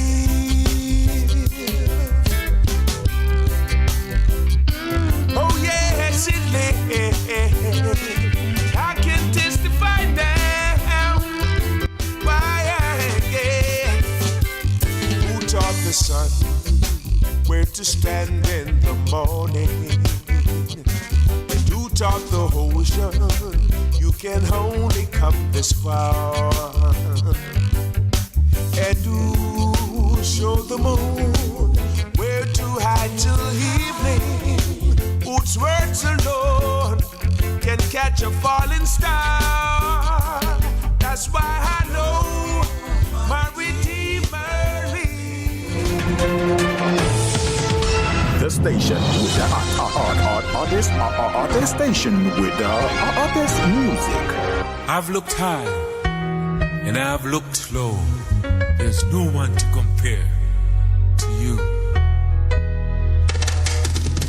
Climbed to the highest mountain, looked all around, couldn't find nobody. Yeah. Went down into the deepest valley, looked all around, couldn't find nobody. I went across the deep blue sea, couldn't find one to compare to your grace, your love, your... Yes, welcome back to Rebel Radio. You know, it's time for workers' time. You know, and lots of things are happening at the workplace. We have with us trade unionist Mr. James Francis, and also labor spokesman for the UIC, that is the United Independence Congress. That's our third political party. And I see where, for example, the latest Dan Anderson poll is saying that 25% of the voters say they are not interested in voting. I think this is an opportunity for the UIC to get those people to be interested in voting. Gentlemen, good afternoon, Mr. Francis and Mr. Case. Mr. Neil. It's a pleasure to be here. Yes. Mr. Francis? Yes. Okay. So, gentlemen, I am sure that you have been keeping up to what is happening. There are lots of activities at the workplace right now. We saw where the teachers and the junior doctors sign off on the wage deal. The police and several other state agencies are yet to sign off. So the workplace, I would say at the moment, is unsettled. Mr. Neil, what is your take on what is happening at the workplace at the moment? All right. Thank you for that question, Sir Richard. No, first I'd like to say that the teachers have put themselves in a place that is very unfortunate. My shadow portfolio includes education and human development, which takes into consideration both the Ministry of Education and Youth and the Ministry of Labor and Social Security. I opened by saying that the teachers and the junior doctors too have put themselves in an unfortunate situation because now that they have signed, they have closed any further opportunity on negotiating for certain rights. I've been keeping my ears close to the ground in terms of workers from different sectors and fields of occupation in the island. And what I find has happened for many of these workers, healthcare, local government, national security are some examples, is that they have lost some of the benefits that they would normally have had, and these are now absorbed into the present wage bands. Mm. And they find now that they are now within the tax range to be taxed increasingly. So although it seems that they get more money, when the tax is done, no, they end up with less. So the present wage package is not working out for the benefit of our workers. And this is where the teachers were disagreeing with the present package, but then they got basically, $2,000 more on it per month, and that is okay. We think that something happened there. Mm-hmm. We don't want to come out without evidence, but it looks very fishy. It's 2,000 is that is what they have been added to the first package? So basically, when it's worked out, 2,000 something per month is the additional. And we don't see how that is any significant benefit. So something must be wrong. Well, I don't know what was the addition. What I do know that some adjustments were made to the first package that was rejected. I don't know in monetary terms what it was. But you are now telling us that it is $2,000. That is your information. Approximately 2,000 something. Yes. Well, you see, there is one thing in this wage package that I see there's missing. For example, I don't hear or see any talk or any incentives for driving, increasing productivity. Now, as you know, the government earns its money from three sources: loans, taxes, and grants. Now, you can't. It is not a good thing, recommended thing for the government to borrow money to pay salaries or to use grants to pay salaries. And therefore, it would have to resort to taxes. Now, I am saying that the money that is available now for salaries, that money won't be available in the next financial year. So I would imagine, or I think that some of the money that the government has now should be used to increase production, to make the economy move. Because let's face it, the 5% growth that we had last year, that is not the real growth, That is make up for COVID what we lost. Yes. So next year, our growth is going to go back down to between 1 and 2%.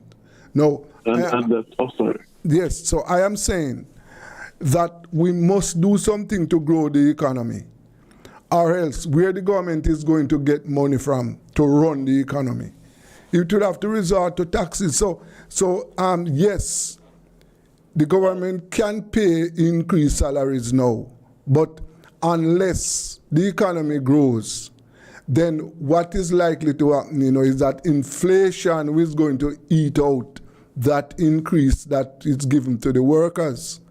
And they could find themselves back to square one, right? So, something must be done to drive the economy.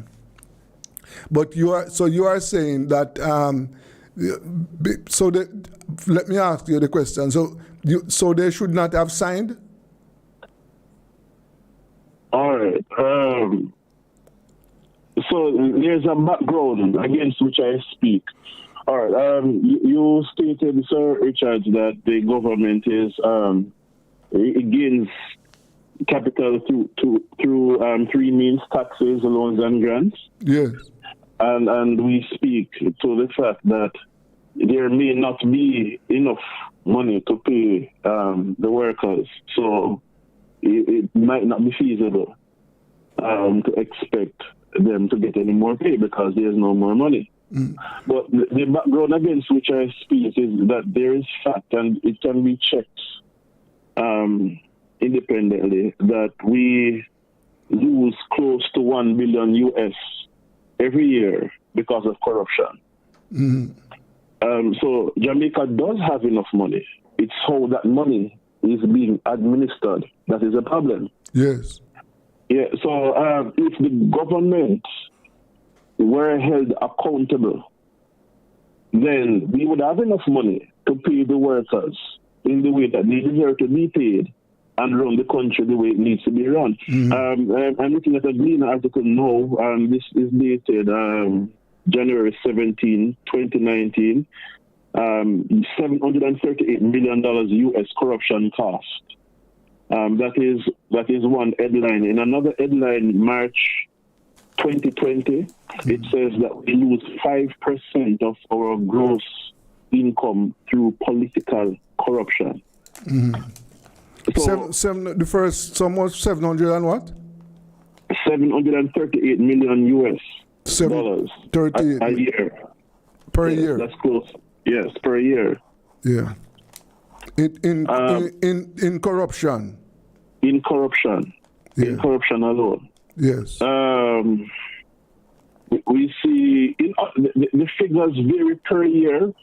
Every year the figures vary, but what we notice is that it stays near $1 billion US a year that is lost through corruption and mishandling of money.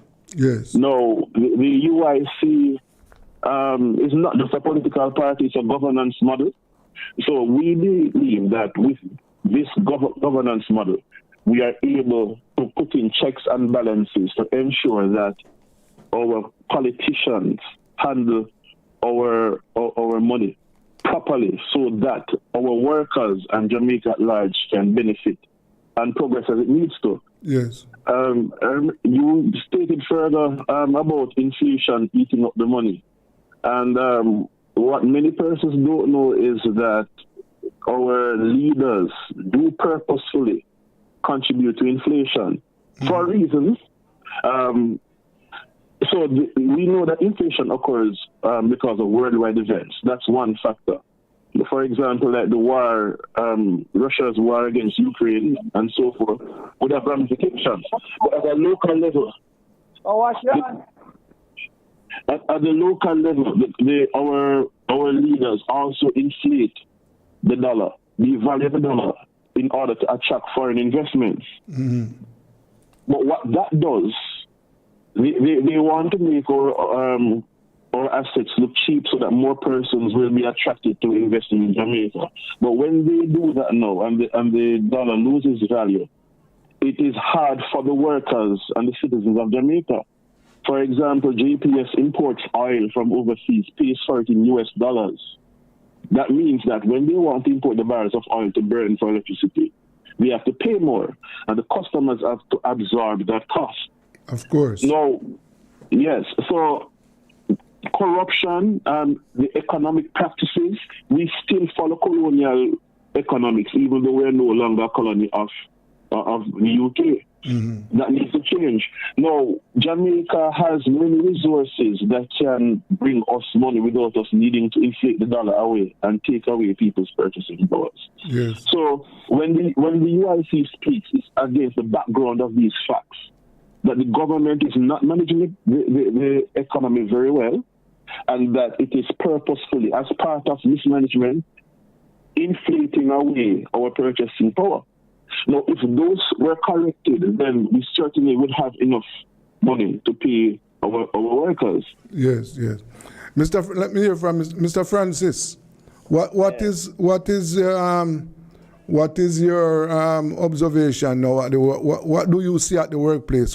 How do you see the workplace emerging for the year 2023?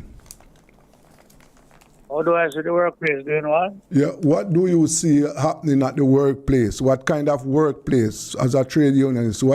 In other words, do you see a peaceful workplace this year?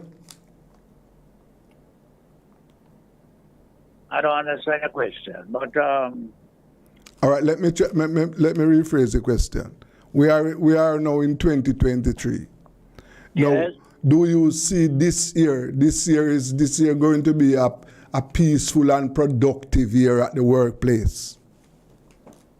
No, it will never be. It will always be a problem because the brother have just said that the trust factor with the government and the shortage of money and the money that cannot be accounted for, there is always going to be a trust factor. There's always going to be doubt and fearings, and workers will never be satisfied. I mean, look, the government claims that it is doing all its best and all it can do, but if you look at the poll is showing that the government is not doing very well. So the workplace is a problem, and the whole negotiation that took place did not start properly. There was a trick in the whole thing, the psychological thing, because I saw the Minister of Finance talking the idea that he is promoting workers in the cleansing department from ordinary workers to no, from contract to permanent workers. You can't do it, sir. You have people in the police department who are civilian workers, who are doing 15 years as part-time cleaner, part-time this, part-time that.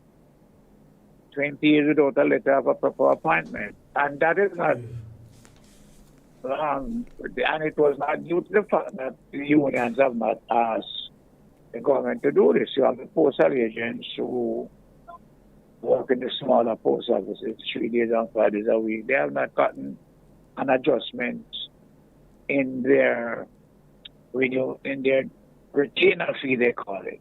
Over the last 15 years, reports have gone up to the Ministry of Finance, the Confederation of Trade Unions have advised them on all these things. But yet still, you are going to conclude a wage talk, which you don't collect all the people who are down there, all the people who never get nothing. And you can't pick out sanitation work alone. We have thousands of workers in the postal agent, police department who have not gotten an increase. I've just had to ask the minister, cleaner company just called me about the postal agents. Mm-hmm. Why they have not been given anything? Why? What is wrong? What was the position? So the whole thing is not clean, and the difference with teachers here now and some people is that in the band that they fall, they feel that they should get a little more. So I have no problem against it, but as I said, that in the days past when you negotiated, it was not this problematic because you used to have a middleman like Mr. Daly who would meet with the unions in the middle, sit down and look at the bunny eyes up who meet with the union. And what has happened to disagreement? There is no rationale has been given to the government for settlement. It was going on government tell you a thing on your own, sit down as a body of trade union and civil service association and accept the agreement without any rationale. Every agreement that you are putting out there must have a rationale before the government. That's how we used to do it. Heat Comer and I, we used to do that before the government. And the money wasn't bad, wasn't big those days. But we got some benefit because there was some benefits presented, had a rationale, a reason for, trying to do that. So back to this gentleman's statement here, I can't too disagree with him because the whole thing, in a nutshell, don't do good. And the Minister of Finance trying to hello, come back and shut this door for me. The Minister of Finance trying to take up everything on himself, and I don't think it's a good way to go about it. So at the workplace, there's going to be a problem because while the government is saying that nobody will be worse off, it's not true. What have the postal agents who deliver letters to people in 300 postal agents? What have to them? Are they human beings?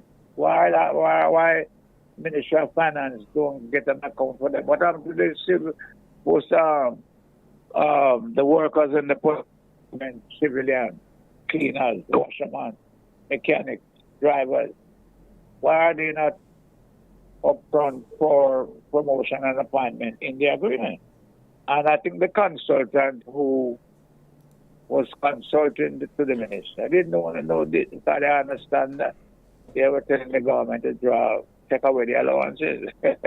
So the consultant or somebody probably picked up by the minister or the government itself and to come somewhere with our friend, tell me what I should do or what I would do. But that's not how you consult, So the whole thing was shabby to me, and not happy about it. It carries a 3-year agreement. The Confederation of Trade Union head lady, Ms. Davis White, is saying that it's not a 3-year agreement, but it appears as going to be a 3-year agreement. And the workers, over the last 15, 16 years, have never gotten anything more than that 5%, 2%, 3%, or anything like that. So, and they were on a wage guideline for a number of years. It was a cruel act. And so I agree with the gentleman here that the thing is untidy. And as a union, I don't think some of the negotiators who negotiate have any experience. For example, some of the people in the Confederation who sit on the Mandarin Company, they just come to the Confederation 10 years ago. They don't know the psychology and the style in negotiation. And the Minister of Finance find out those weaknesses and plan it. Mr. Neil. Hello, Mr. Neil. Oh, yes, sir. I'm here. Tell me something. Well, give me an idea. Give as to what sort of labor policies would the UIC is coming with. Well, thank you for that question, because I was waiting for the time to discuss this. Now, the UIC's view is not something that is seen every day. We are a political movement that emphasizes liberty, as in that we, the people, have the right to our life, our property, and our freedom, with no control by the government except as it relates to protecting our rights, to our liberty, our life, and our property. Now, so the UIC, in the first place, opposes government regulation and setting of rates and pay. Now, this is a very controversial stance for persons who may not be used to this sort of policy or philosophy. Now, we believe that it is not the government's place to be involved in private contracts between employers and employees, that is a matter that is left to the employees and the employers. Government's job should be to adjudicate in the case of disputes. Now, when government takes on the job of setting rates, of setting salaries, and so forth, that is a kind of control that even limits the profits that one may make. But hold a second there, hold a second. So remember, you have private sector workers and you have government workers, you know. So government set the wages for the public sector workers. Like, for example, what we were talking about with the teachers and the doctors just a while ago. But they don't set wages for private sector workers. Right? So the wages for private sector workers is an arrangement between themselves, the workers, and the employers. Now, tell me something now. Under your management, your regime, how would you go about dealing with public sector workers? Who would set the wages there? The UIC believes in a public education system and a truly public healthcare system, where it is the public that truly owns the schools and the education facilities, the healthcare facilities, and so forth. Now, when it is that these entities are fully funded by the government only, and we see this farce of free health care and free education, it takes away the adequate funding of the service. So, for example, we have free health care now, and because we have free health care, we find that some hospitals may not have certain resources. They're underfunded. They're underfunded, yes, because they're free. So we are off the model. We are proposing a model, for example, in which the community owns the school. So people from the community, people from the environs will be the stakeholders in the school, in the hospital, for example, and through the board of management, then the entity would be funded and they would employ persons to work. Of course. No, hold a second. Just clear that for me. Who would own the school, you said? Who? Private people? Like citizens. Yes, private. Yes, private. Yeah. Yes. So and it's public because it's owned by the public. No, hold a second. Hold a second. These are private citizens, right? So, if it is going to be publicly owned, then it means therefore is the state own it? If it is privately owned, it is owned by a group of citizens who are business people, right? And they decide, okay, they own that school or these schools, they own that hospital.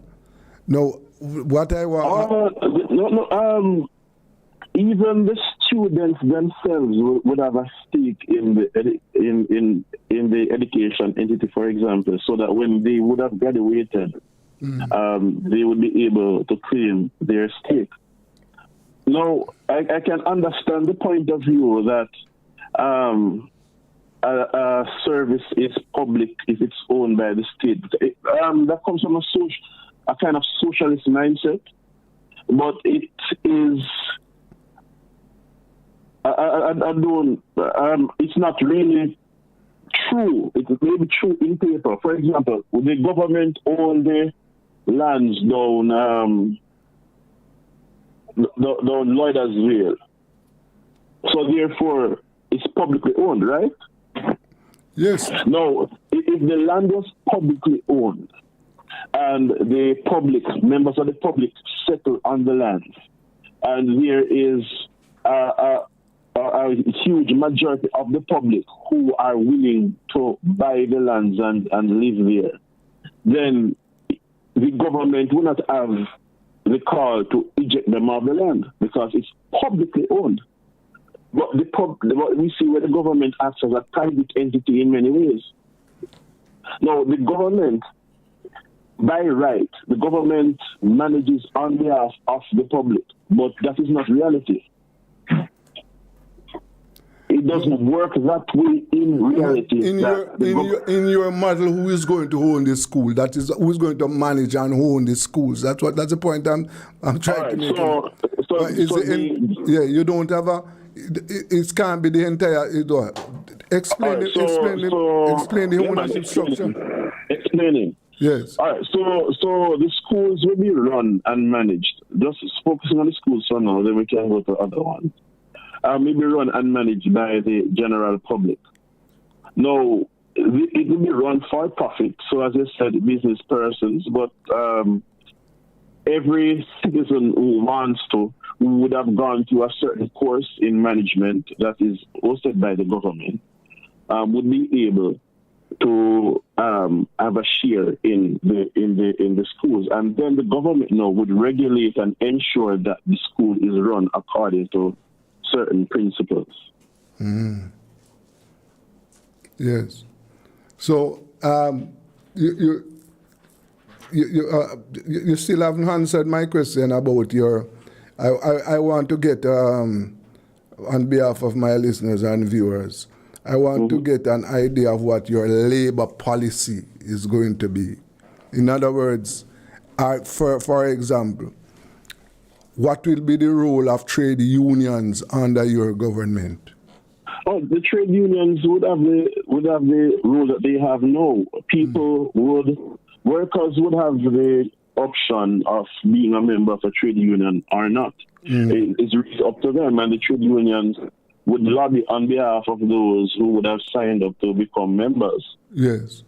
But so would you have a ministry of labor or a ministry that, whether you call it labor or whatever, but its responsibilities to deal with labor issues? Yes, so the Ministry of Labor, by whatever name it would be called, would be there to adjudicate disputes and to ensure that there is no force or fraud in the relationships between workers and employers. For example, we had that case recently where the Supreme Court ruled that security guard workers of Marksman were in actuality employees and not contract workers. Yes. No, the labor laws and practices would have stated over the years, based on certain descriptors, that these people were employees from the first. But even government in contracting, the present governments, I should say government, we don't really care about the party. Jamaican government, in contracting the security officers, would have treated them as contracted workers, even though that would have contravened the laws that the government itself put in place. Now, in that case, the labor ministry, or whatever name it's called, of UIC would have seen to that not happening, because that would be fraud, contravention of the present laws, labor laws. So the ministry would see to that, ensure that corporations, businesses, and so forth are keeping within the legal framework, and if disputes arise in terms of working conditions, pay, whatever it is, then the government would adjudicate on behalf of the citizens. Yes. And of course, your government wouldn't be interested in setting up minimum, like the minimum, having a national minimum wage? No. Oh, you wouldn't have? No, not at all. Okay. Minimum wage works against some people. For example, we may have an upcoming business who might not be able to pay workers within a certain pay band as established by minimum wage because them just coming into being. And there may be workers who would be willing to work for that pay, like people just leaving school. So we would ensure that there is no force or fraud, that the workers are fully cognizant of the pay structure, that the company, business, whatever it is, advises them, informs them. And if they so desire to work for that, they would have gained certain skills and can move on to another job. And then the business in the meantime, while it's operating, will be able to increase its operations and pay persons on a level that's more acceptable. Because if they find they're losing workers, they're going to up their pay. So we really promote a free market system where it is the customers, the workers, and the law of demand and supply that determines the wages, not the government. Because if we establish minimum wage, we may kill certain industries that could have contributed to the economy. Yes. Okay. Let me continue with this. Yes, sir. Referring to the Ministry of Labor.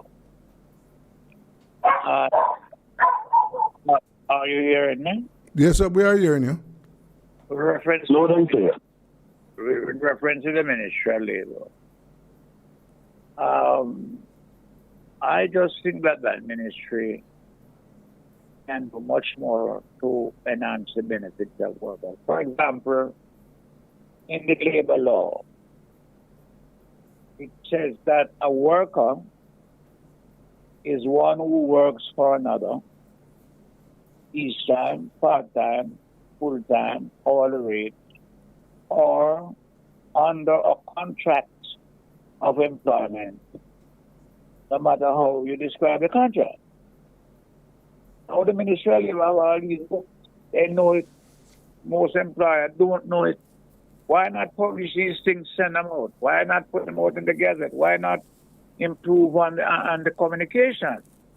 A number of employers don't even know. I've never even seen those information in these labor laws. Why the Ministry of Labor is opening up all these information? Why not go to the print and get the country going and educate the people? And this ruling by the Supreme Court the other day with the housing trust thing, it's not anything new. Judge McIntosh, Mrs. McIntosh has ruled about the holiday in 2006 with the National Workers Union representing work guards. And she made it clear that the guards were entitled to be members of trade union from way back. Now the Ministry of Labor have all this information, and they sat there and, not helping the cause at all. For example, postal agents are getting under minimum wage. I have a woman out in a postal agent in Center now. She gets $8,100 a month for 3 days a week work. And the records are there. You see, I could call her name when I want. And like those, where is the Ministry of Labor?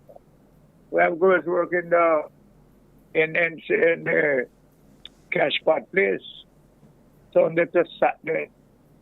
No real benefits. Where is the Minister of Labor getting up off their buttocks and clean up the thing? And they could, as the brother said before, they could get plenty tax. You have 300 postal agents who are not paying income tax because the government created to regularize them. And you have thousands of these people all about in different corners where the government could make a lot of, I think, look at the cash market. You could come in and get the people regularized and get tax from them. So the Ministry of Labor, it needs to do a whole lot, a much more better job. So I think I want to again agree with the brother here that the government. Why you think the JLP government has been going on so badly? Is that what the reason? people sit down and say, when last have you get an account? When you go into a wage club, a wage increase. Where's the account of all the workers who are down at the bottom? Minister of Finance must have that in front of him. What happened to worker aid down there, sir? What happened to the postal agent? What happened to the postman? What happened to the civilian workers who have been on part-time for 15 years? Where are the people? And these names that I've mentioned here, gentlemen, they are not without. I had a meeting with the Minister of National Security about civilian workers. In 4 years now, he planned to come back to me. He has not come back. He promised to give them some award and some little things that put life into the people. And we have civilian workers in Jamaica 15 years without a letter of appointment, and them not working to nobody them work in a clear area. So the Minister of Finance smelled the thing and he knows it, but I think he believes that the thing that present before him was not good. So they said, look, I'm going to appoint some people. I'm going to start with the people who clean garbage. But there are thousands of people who he has not touched. But I think he's saying to the trade unions and the government, look, we're going to start work for the people there. Because you give a man 10,000 back money, 10,000. And if you don't give that worker a letter of appointment to guarantee a pension properly down the road, you're not doing anything for him. So I'm upset here as a trade unionist. I'm distressed. So when this brother come on here today, the gentleman, his name is hard to pronounce, he has been shedding a lot of light. Mr. Chambers, you know, you're coming from far as a writer. You know, you used to run a lot of newspapers and all that. I would know your intention to help. But I'm only asking you to open up your thing here a little wider and get out there and let we all start to talk about the condition of the worker. So at the workplace, the question that you put out first, there'll be no peace. There'll be no peace. And when you look at a woman work $1,000 a month, and she will tell you in a letter that she have to pay like a rent out there, depends on whether she have to buy polish. Right? You write to a postmaster general, and he comes in as a new man. And you just can't get a meeting with him properly. The last meeting I arranged with them on Zoom, he came late. He came and the meeting was over. I wrote him from there and said I need a meeting with the condition of the postal agents. And I just can't get no reply from the gentleman at all. And how are these people going to survive? Who's there to help them? Who are going to take them out of this plight? Huh? You give increase to everybody and you have a set of liquor work. I don't know because them work in a liquor place. And the ILO convention, finally, to you gentlemen, it says that where a body of worker works in similar duties, the remuneration or the money we are paid, the pay should be equal to both of them. Postal agents are the same word like postal clerk, assort meals, do parcels, tie up bag, deliver to the handicapped and the poor, and sometimes one of them serving all 500 people, and you give an increase in wages. And for the last 15 years, and I'm asking the gentleman I'm actually on it before, the last 15 years, the postal agent, they call them money retainer fee, paid by the postmaster in every month, and has never got an increase, an adjustment on that. I don't believe it because it's a cruel world, cruel. And we have a prime minister, we have a government. We write to them, we send them cards, we deliver a letter to them, Portia Simpson, the whole of them, Michael, the whole of them. And they all sit on the postal agency today. They are, most of them are below minimum wage. Oh my God. Yes. This is it. Go ahead,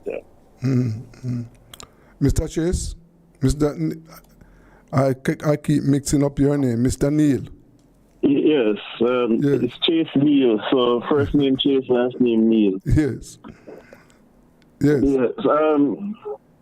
So I was listening to the gentleman speak, and we see where certain sectors of persons, certain sectors of workers are not represented, are not taken care of.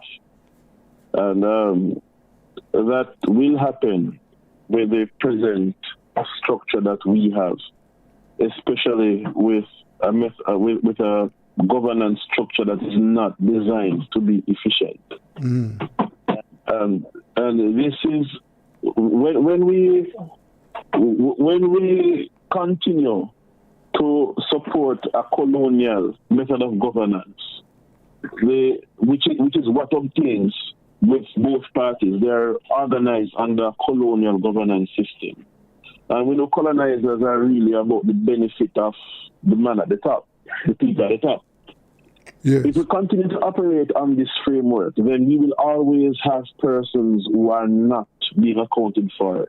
We will always have a sector that is being trampled on or ignored by the system.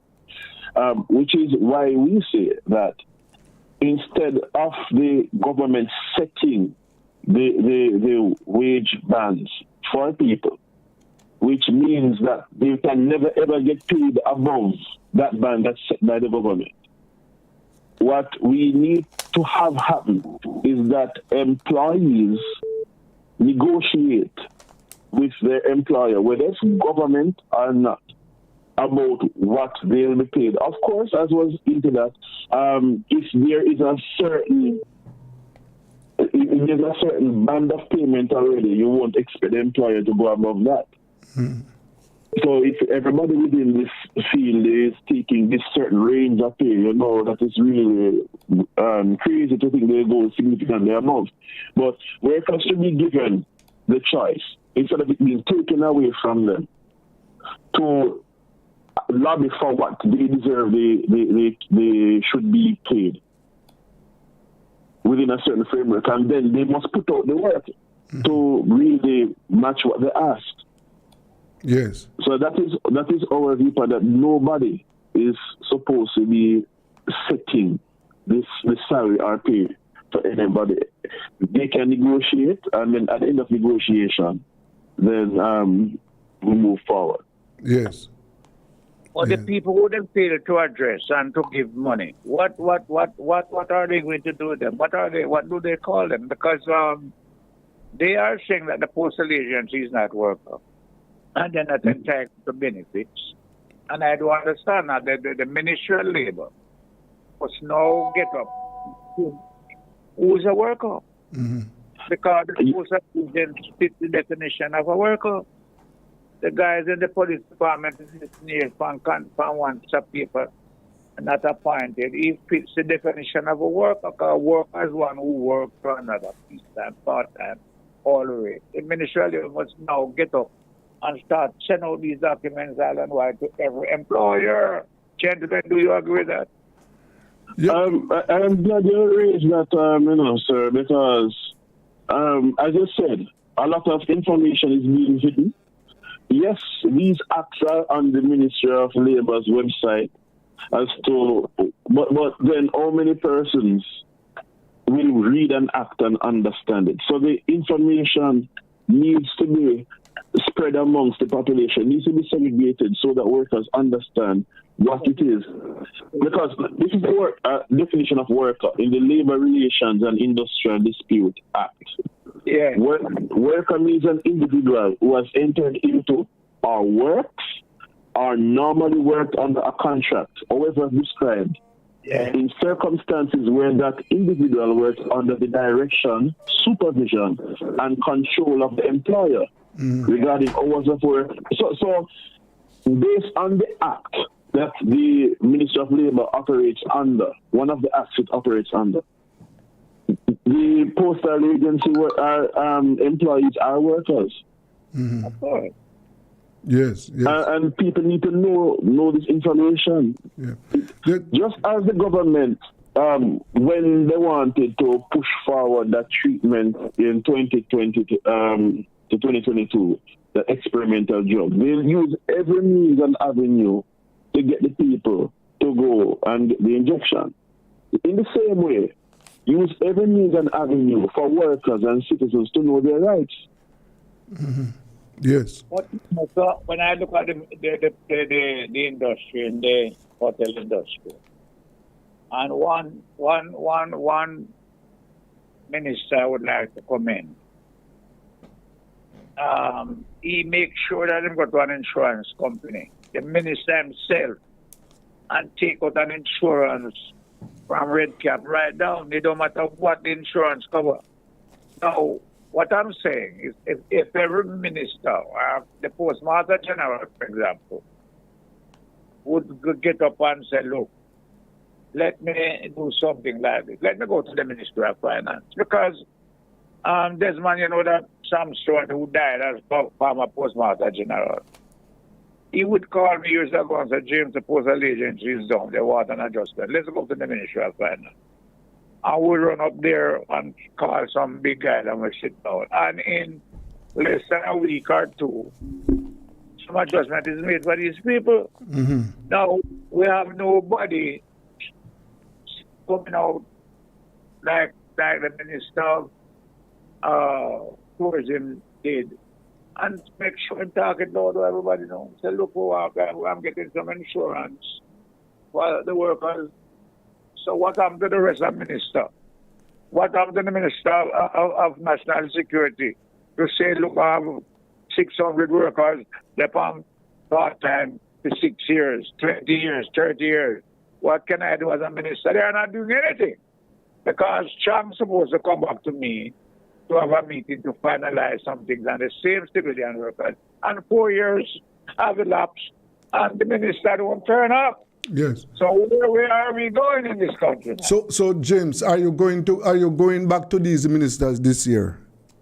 Well, I spoke to the Minister of Finance just last week, and because the postal agency thing was sent in by the Confederation of Trade Union, Yeah. So what? What he said about them?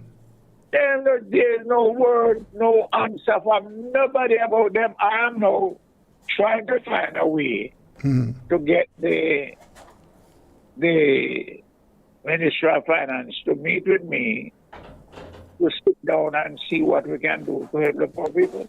Okay. They promised to call me from yesterday. They don't call me yet. But the matter has gone through the Confederation. I think they just feel like the workers are not qualified enough to get anything.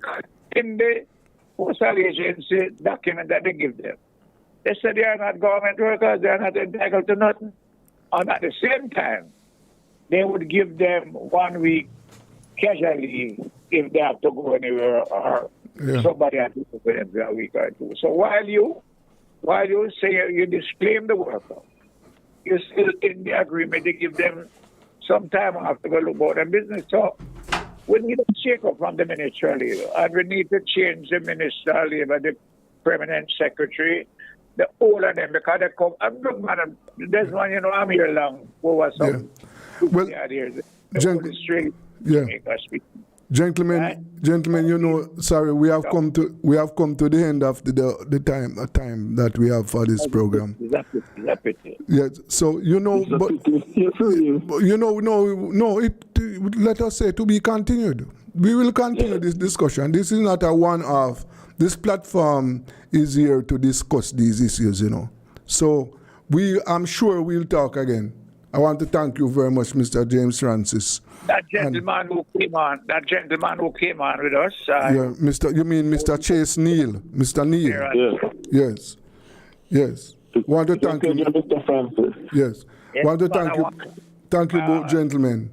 My number is 376-9374. Grab it, man, and let me talk one even. Yeah, I will give him your number.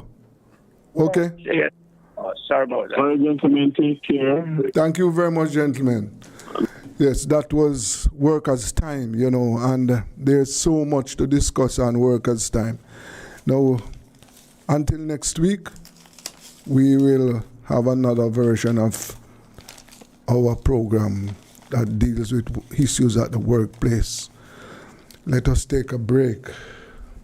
To be talking to the Minister of the Member of Parliament. He was a minister.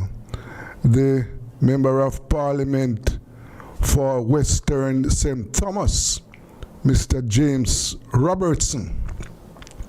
Yes, and he has been a member of Parliament for many, many years. And so we are going to be talking to him about what is happening in its constituency. Yes. And you know there are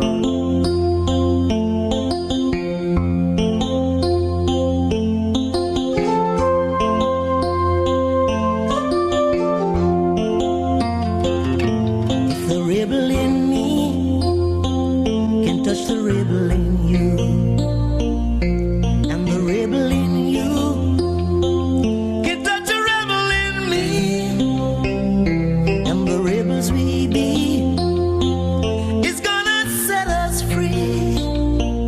Then it will bring out the rebel, bring out the rebel, bring out the rebel in me.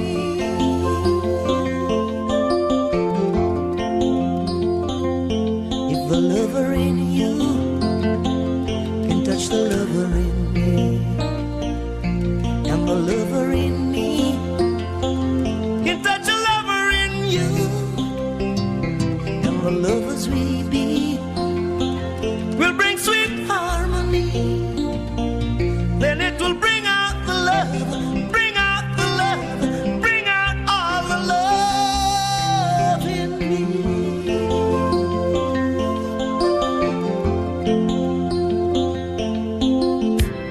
My love is deeper than the ocean. Our love is in need of sweet devotion. Come on, because you got the potion to bring out the love in me, and I will bring out the love in you. Let the lover in you touch the lover in me, and the rebel in me will touch the rebel in you, and the lovers we be will bring sweet harmony. Then it will bring out the love, bring out the love, bring out all the love in us.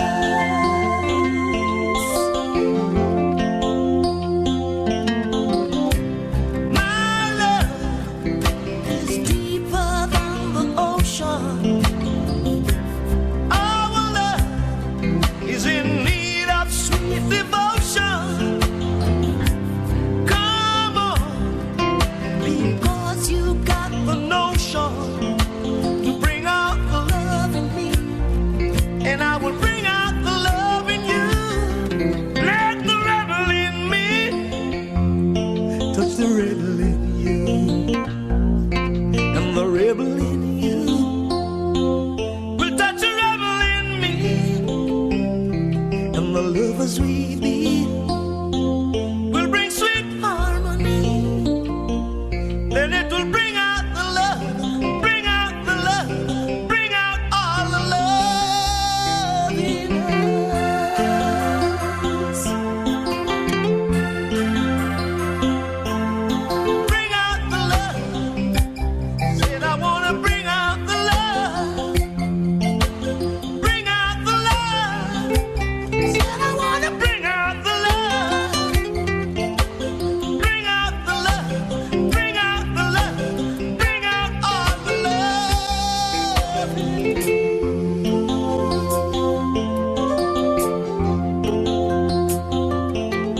Bring out the rebel. Said I wanna bring out the rebel. Bring out the rebel. The station with the artist station with the artist music.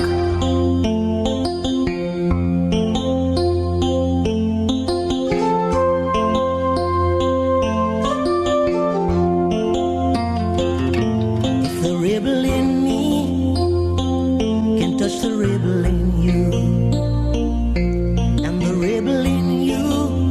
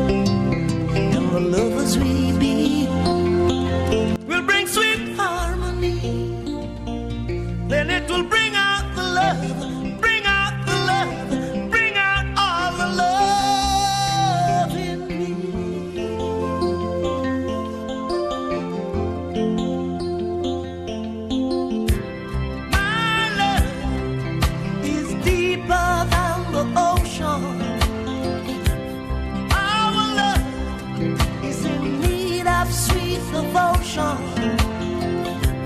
Come on, because you got the potion to bring out the love in me, and I will bring out the love in you. Let the lover in you touch the lover in me, and the rebel in me will touch the rebel in you, and the lovers we be will bring sweet harmony. Then it will bring out the love, bring out the love, bring out all the love in us.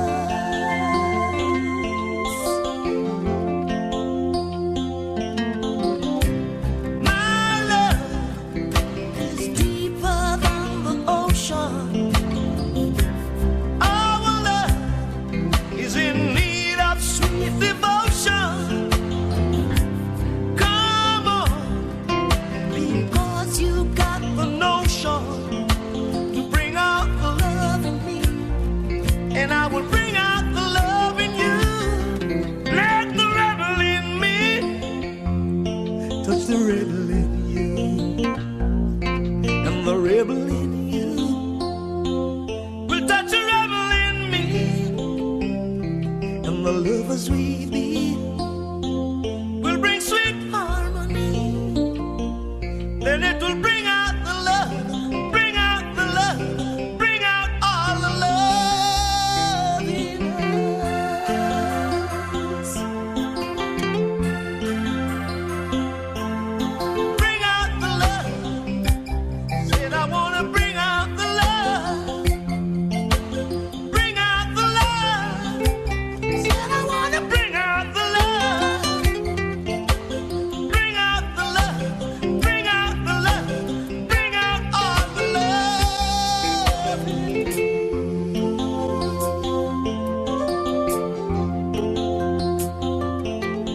Bring out the rebel. Said I want to bring out the rebel. Bring out the rebel.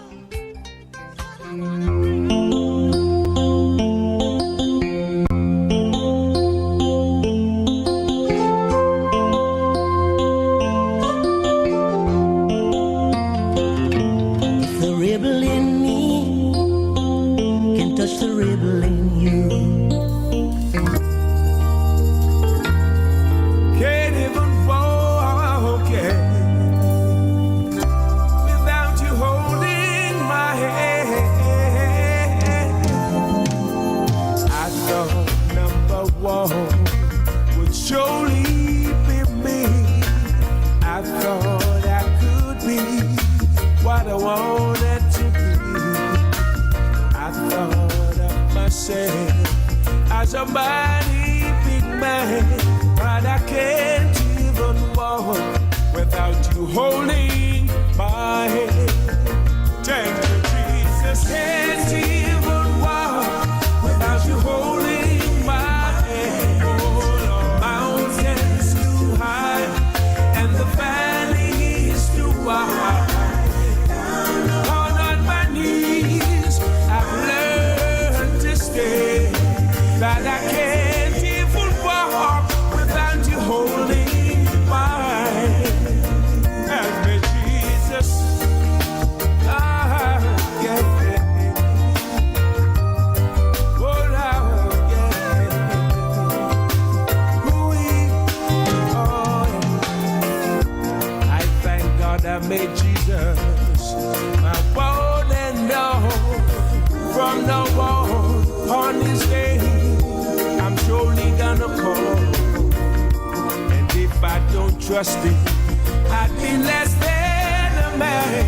'Cause I can't even walk without you holding my hand. Oh Lord, can't even walk without you holding my hand. The mountain's too high and the valley is too wide. Down on my knees, I've learned to stay. Can't even walk without you holding my hand.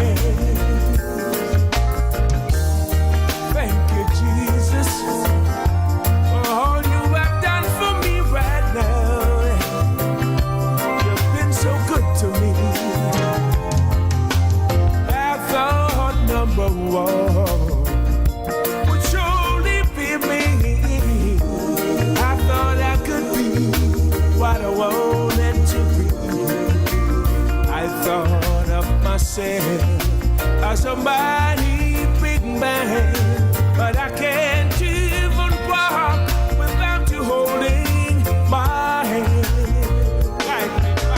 Can't even walk without you holding my hand. The mountain is too high and the valley is too wide. Down on my knees, I've learned to stay. Can't even walk without you holding my hand. Lord have mercy. Can't even walk without you holding my hands. The mountain is too high and the valley is too wide. Down on my knees, I've learned to stay. Can't even walk without you holding my hand. Keep we island clean, so clean. From the peaks to the beach, so clean. No dirty of Jamaica, please don't do it. Keep we island clean, so clean. From the peaks to the beach, so clean. No dirty of Jamaica, please don't do it. No dash, no paper, no dash, no plastic.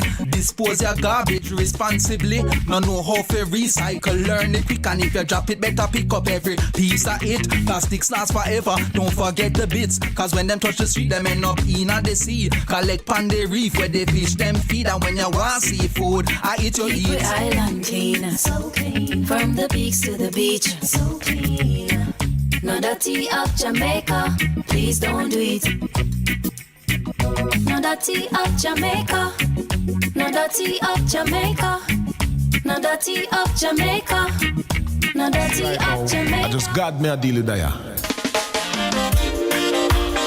So what I want, my friend George Dukes? Why, Richard Steven, with us there I give the almighty praises. And the best thing that, cause when I remember just where I am coming from, to where I'm standing now, I fell to my knees in praise of your name. Thanking you, Lord, every step of the way. Oh, Father, you know I love you. You touch my heart, my soul, with your mercy. I thank you, my Lord, for all you've done for me. You bless my life in so many ways. No, I will never, ever leave you. I Won't be ungrateful to you, my Lord. I know that this world is all in your hands. And we are your children, and so we give you praise. Oh, Father, you know I love you. You touch my heart, my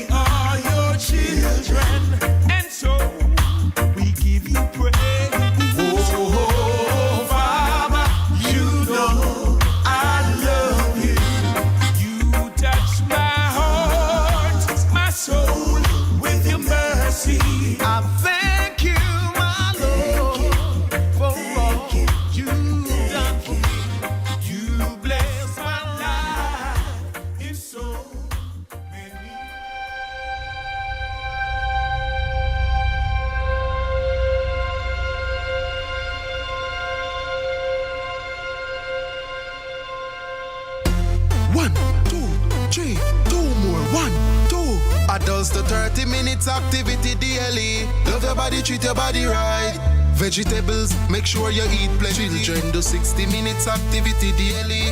Drink some water when you feel thirsty. Cut down dessert and have a smoothie. Jamaicans, love your body, treat your body right. Love your body, treat your body right. Just eat right. Love your body, treat your body right. Love your body, treat your body right. One more time now. Love your body, treat your body right. Love your body, treat your body right. Just eat right. Love your body, treat your body right. Love your body, treat your body right. Listen up. Make sure you know your health status. Go a doctor and get a regular checkup.